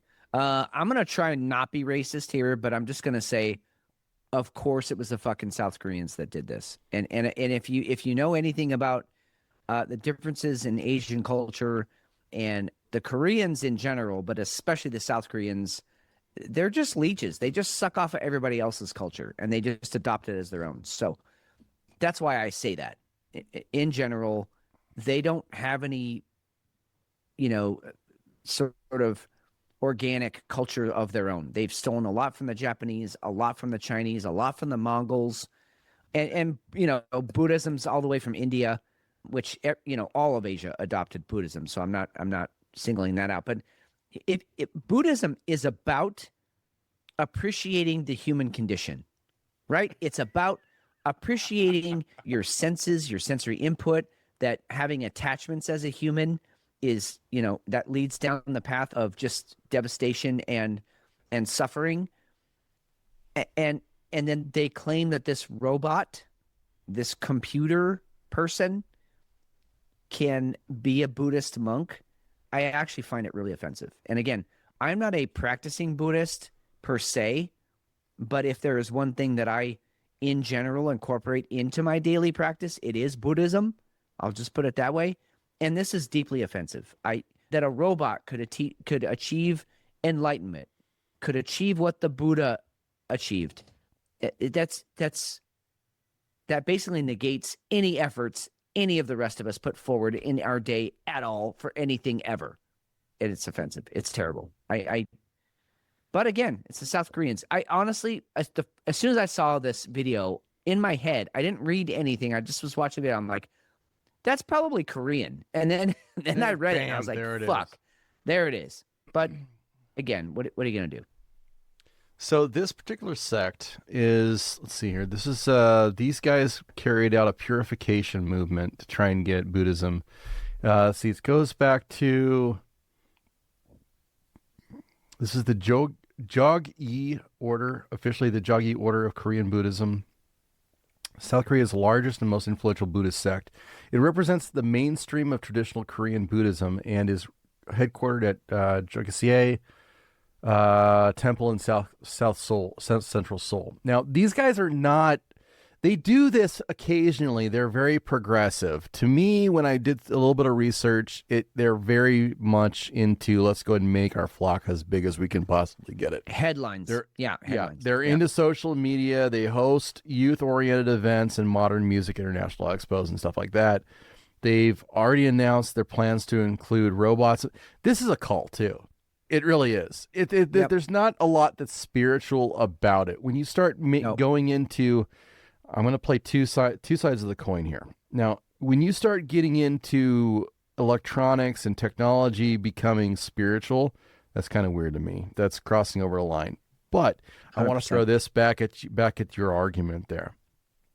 If AGI is the end game for AI, at some point it's going to give itself almost a spiritual direction. This is not that. No. But if you fast forward 25, 50, 100 years, I can kind of buy that this is something that might end up happening. Again, we're going down cult row. We're going down a spirituality direction. There's going to be probably political connotations there too, but I'm not sure that you can, right now we can say it's not there, but I'm not sure that we can say that in 50 or 100 years. No, I mean, I mean, to your point, right? We talked about last week. We talked about the Jesus app. You know, for $2.99 a minute, you can talk to Jesus. Talk to Jesus. So I think you're right. There is a spiritual component to this. Again, that kind of shows how many people miss the point of actually your own spiritual connection with whatever you believe in, Yahweh, Jesus, whatever. If you think that could come through a computer, you've lost the plot, man. You're missing the forest for the trees. The other side of this, though, is that robot. It kind of is already the perfect Buddhist, right? He has no attachment to any possessions, true, or attachment to anybody, anything. He doesn't crave sex. We talked earlier about the monks that detach their testicles because they're not ever going to need them because they need to detach from that. I mean, the whole point of the Buddha was if you lose everything, all that's left is everything, right? It's you're back to the point of why we're here. And I think that's a really powerful lesson for the human experience. But if you just program a computer, a robot, to already just not give a shit about any of it, it is enlightenment. So to your point, I could see people coming and flocking to an AI system that always had the right answer, right? I mean, it would have every parable, it would have every, Zen fucking poem ever at its disposal, and it could regurgitate it to you at the exact right moment for what you were going through. So in that frame of things, it is already the perfect Buddhist. It is already enlightened. On the flip side of it, it has no human experience to back up any of it. It didn't have to fight for any of it because it's a fight. It's an uphill struggle to truly detach from all things. And it's almost impossible. So I think, yes, there's a duality there. Yes, he's the perfect Buddhist, but he didn't have to fight to get there, so he's missed the entire point. And but you're right. In 100 years, who knows how people are going to think? If we're even here, who knows? I think we have to acknowledge that we're going to start seeing a technological God. And I think it's coming fast with AI, with AGI, with robots. You're going to start seeing this cybernetics kick. We've talked about that. I think we're going to see a change that allows people to say, you know what? Nah, that old Jesus thing is awesome, but what if I have Jesus in cybernetics? Or, I get to go ahead and there's more after death when I upload my brain into, robotic consciousness. I think paves the way for that. I really, really do. And it seems simple. It seems harmless. It seems almost just it just seems like a stupid little gimmick. This is how it starts though. And I think we're going to start seeing more of this stuff. I think I 100% concur. I think you're right. I think the problem is that we are missing the most important piece to all of it, which is human experience. And I completely agree. Right? I mean, I guess the thing is, the thing about science, right? It's provable, and you can repeat it, or you can't repeat it, and now you have to go back and make a new hypothesis and the whole thing. That's great, and I'm a scientist at heart, but that doesn't mean that if somebody does some fucking DMT, right? They do some shrooms, or they just, now they have like injectable DMT. You can just put it right into your veins. Somebody has a wild experience, a spiritual, a deeply connected experience to the universe on DMT.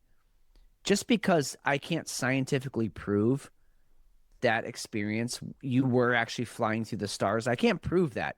It doesn't make it any less relevant, right? That's a real experience that a real human had, or you see a ghost in your house, or you see a UFO.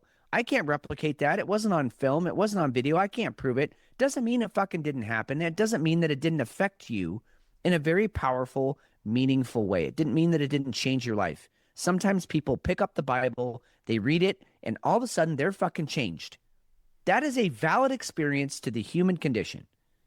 And I think that's what we're going to lose to some degree if we introduce kind of what you're suggesting and what I'm agreeing with. I think that will happen, that there will be computers and AI involved in religion. And I think you're a very simple person. You're a very shallow person if that's your God. Now, if you can believe that you are actually talking to Jesus because you're paying $2.99 a minute to converse on an app, you're missing the fucking point. The whole point is to have a deeply spiritual connection with something that you can't quantify. And as the minute you quantify it, or the minute that you can say, well, we programmed it to say this, I'm out. I'm done. You've lost the point. And for some people that might be enough. It's not enough for me. I need more. Our depth of commitment, our depth of experience has been relegated to 8 seconds or less. Yeah, exactly. So I had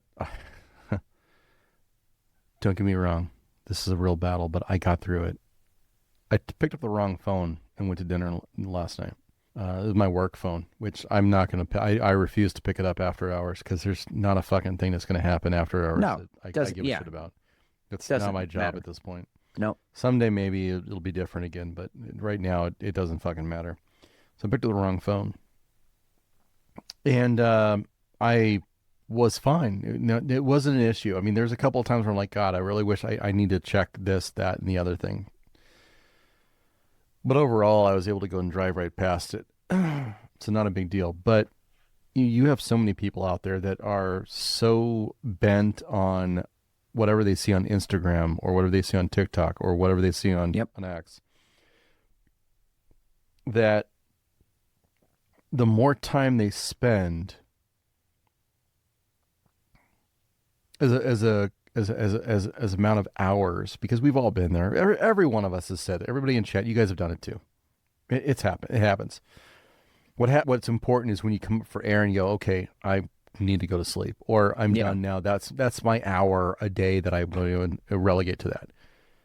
You have people who will doom scroll for hours, and they will get sucked into that. They will, and to the point where their God is whatever is feeding them, whatever their algorithm is sending to them.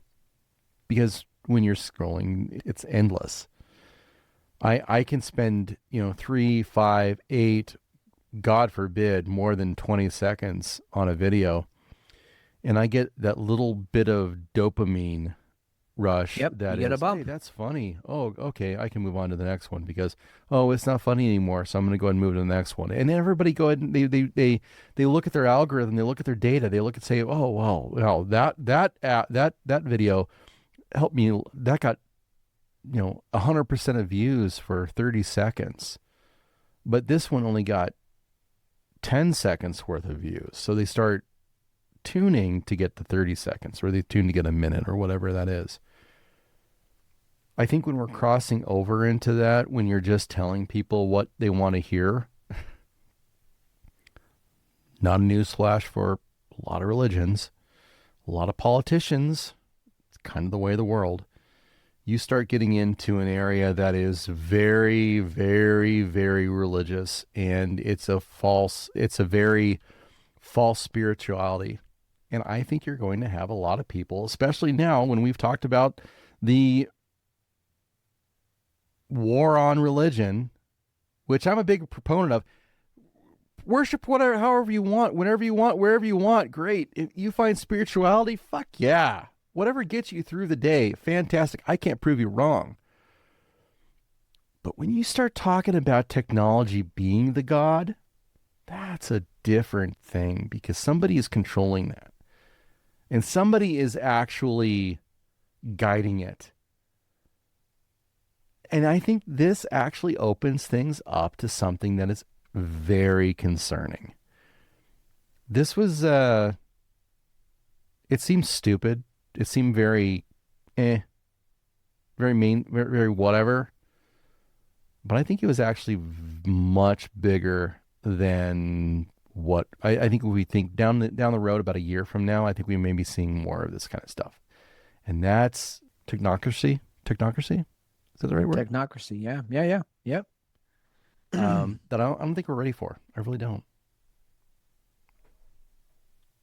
No, we're not, because we're wired. I mean, look, we know that TikTok and Instagram, they have a formula for human attention. They have a formula, and I that guy, I've talked about him before, Chase Hughes, but he's broken it down of, like, you get so many videos that you feel are educational, that you've just learned something from. Then you get a couple of videos that make you mad. I can't believe this is happening. They create outrage. Then you'll get a funny video of a dog or a cat or a monkey or something that's doing something funny. Dopamine. Maybe even two of them. Yeah, you get that dopamine hit because you were just pissed. And now you're like, holy shit, that's funny. That's hilarious. And then guess what comes right after that? An advertisement. That's when that advertisement will come up, or some video will come up of some influencer that's trying to sell you something. Because you're just feeling, you just got that good hit after the shit. And then it'll loop. Then you go right back to education. You're like, okay, I don't want to buy that product. Oh shit, I'm learning something again. This is amazing. I'm so educated. I can't believe that's happening. Oh my God, that's so funny. Oh, maybe I do want to buy that. They just keep looping it over and over. How much stress are you taking in during that time? Your cortisol levels are through the roof, dude. Through the roof. I mean, you kind of talked about limiting, your screen time and everything. In the mornings, I used to doom scroll. I mean, I would wake up. I have to be up because I have to be able to take my staff's phone calls, and if someone's calling out, I got to find a sub and all that. Move people around. And so I would just doom scroll while I'm waiting for my work phone to pop off. I'm doom scrolling. My life has been refocused. I am reborn because I get up. I immediately start my shakes, my pre-workout shake. Within 20 minutes, I'm working out, so I don't have any time to doom scroll. It's just, there's no time in the schedule. I work out, I shower, I do all my stuff, I go to work, and it's not until my lunch break that I get any time to actually look at what's been going on. Now, am I checking in between there? Yes, but I don't have the time to concentrate on it or to focus on it or to get into the loop. And it has changed my reality 100%. And yes, working out also changes things for you physiologically, mentally, whatever, but also just cutting that out of my morning, because it would set up my mood for the whole day, dude. I would be put off for the whole day because I saw some video of some dumb shit that's happening. And now I just don't have it. It's gone. I don't care. I love that it's gone. So if you need shakabuku, right? That swift spiritual kick to the head, I would suggest that highly. Work out in the mornings, make yourself work out so that you are on a compressed time scale and you just have to go get something else done and you can't just sit there and do the interwebs. It's changed everything for me. I feel a little bit more disconnected, I'll admit, but I have a lot of catching up to do at the end of the day, you know, from you and Jefe or whatever. I try and stay up, but I have to catch up at the end of the day, which is fine. It's fine. I just don't want to start my day on that doom loop. Ending it is fine. I'll go to sleep and I'll forget about it, but I can't start my day like that anymore. It just fucks me up. All right, I'm going to make you a challenge. Okay. So I'll do the same thing. Okay. And we're going to post to, and Jefe, if you're listening, you can get in on this or not. One of us will post in the Razor chat. You guys can go to razorwirenews.com, join the show. You guys can get in the chat. You guys can go in there. We'll post to the chat when we're actually paying attention to anything that's going on. Now, okay. We still pull, I mean, this doc alone, we only got to maybe 25% of it. It's asinine. Yeah. It's massive. We're not missing anything, but I think this is an interesting test. So let's go ahead and take, let's see, it's May. Let's go ahead and take May and June. And then the first one to start actually looking at information, post a Razor and just say start. Okay. And then like this. That'll be that. And then whoever starts it, Razor Wire, you guys can go ahead and keep us honest. You guys can keep your own stats and see who said it and whatever, if you want, or we'll do it ourselves because data is fun. But this will be something that we'll make sure that we're not starting off the day just going apeshit. And if we do, we'll still be honest and say, well, I started. Yeah, I fucked up today. There we are. Yep. So let's go and try it. Let's go and see how it works. Because I think I love this. It's not going to hurt the show because we're still going to get it. Our algorithm's still going to pump us full of whatever it is that we're looking for because we've trained it. But I think this is something that might be an interesting little experiment. So I think we've got, let's see, today's the 9th. Let's do through end of June. And so that's like 7 weeks. We'll see what happens. Yeah. I like it. Yeah. I love it. We didn't get to a lot tonight. Well, we did. We got to a ton. We got to some very interesting off-roading, which the past few shows, it has just kind of, that's the way we've gone. Just, and what I love is we're talking about a lot of hypothetical, scenarios. Yes, we hit the news, but then we're like, but what if? Or, hey, have you ever thought about this? Or I heard this thing. I love that. And I know you and I have always connected on that since we met. That's been our thing of like, hey, what if, right? I mean, that's why we played D&D and all that. But we didn't get to a whole lot, but also I think there's a lot in this show that that anybody listening can do a really deep dive on, right? I mean, you can take anything we've talked about and just go as deep as you want. If there's something that interested you, go for it. And I love that about tonight because, there's some other stuff we could have talked about, but that stuff's more important, I think. I completely agree. Yeah. A lot of stuff to ruminate on, and that's where for sure. all the good stuff happens. Yep. Which beer are you taking to bed? You tell me. I think everybody out there in listener land is going to know what I'm going to say. And look, I don't mean to say that first beer was the worst beer I've ever had. It just pissed me off. So sometimes I have a little bit of a temper and I took it out on that beer. Maybe it wasn't the beer's fault. Maybe they overfilled it or overcarbonated it or whatever. But either way, I think on any given night, the Bombastic would have won out. This is a fantastic English barley wine. Again, knowing your barley wines and knowing kind of what you gravitate towards or what mood you're in that night. Because sometimes I do like an American. But tonight, this one just hit home so perfect. Love the can art, by the way. A bunch of rhinos struggling and wrestling with each other, which is fantastic. 2 rhinos trying to get a third one to move. And the beer is called Stubbornness. So really, really great artwork. But just the beer itself, I'm not sure I've had an English barley wine that was, I'm going to use the word decadent. This beer is decadent. It is so rich in the caramel and the butterscotch flavors in there. Yes, there's some fruit. Yes, there's some booze to it. But overall, you just feel like you're again, it's that Dairy Queen fucking Sunday. Really enjoyable beer. Not only would I have this again, I'm going to actively go out and search for this one again. Super good beer. And at 14%, you're getting your money's worth. Even if it's a, $12 can, you're getting your money's worth. So that's like $1 per ABV, a little less than. What about you? What are you taking to bed? Puhala.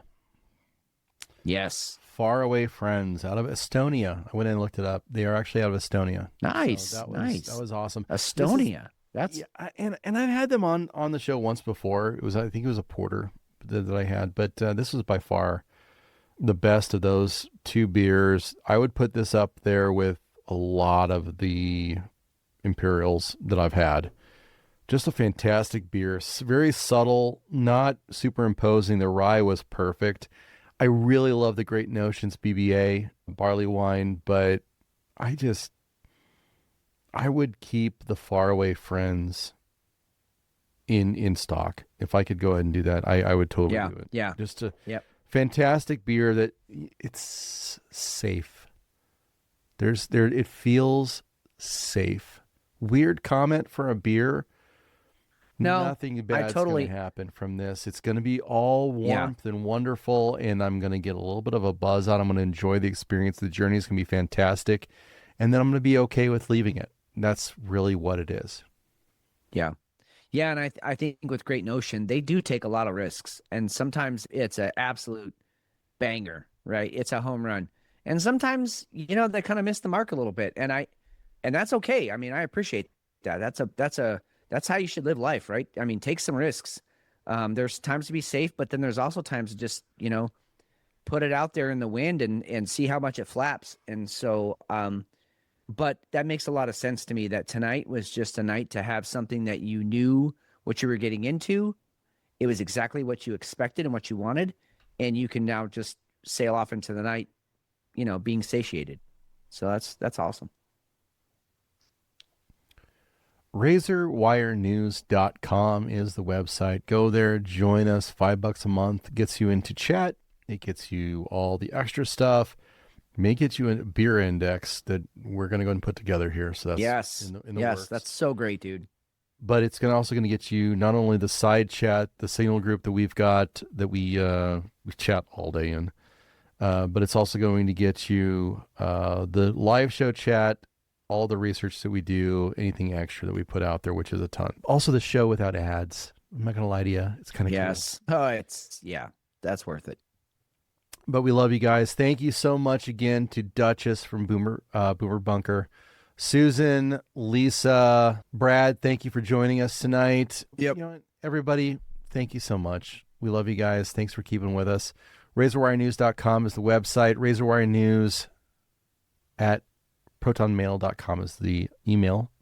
And follow us online. It's RazorWireNews on X, Instagram, and I think TikTok too. So check us out. Thank you for listening. I am Steve McShane. I am Fitz. Think critically. Act accordingly. We'll talk to you soon.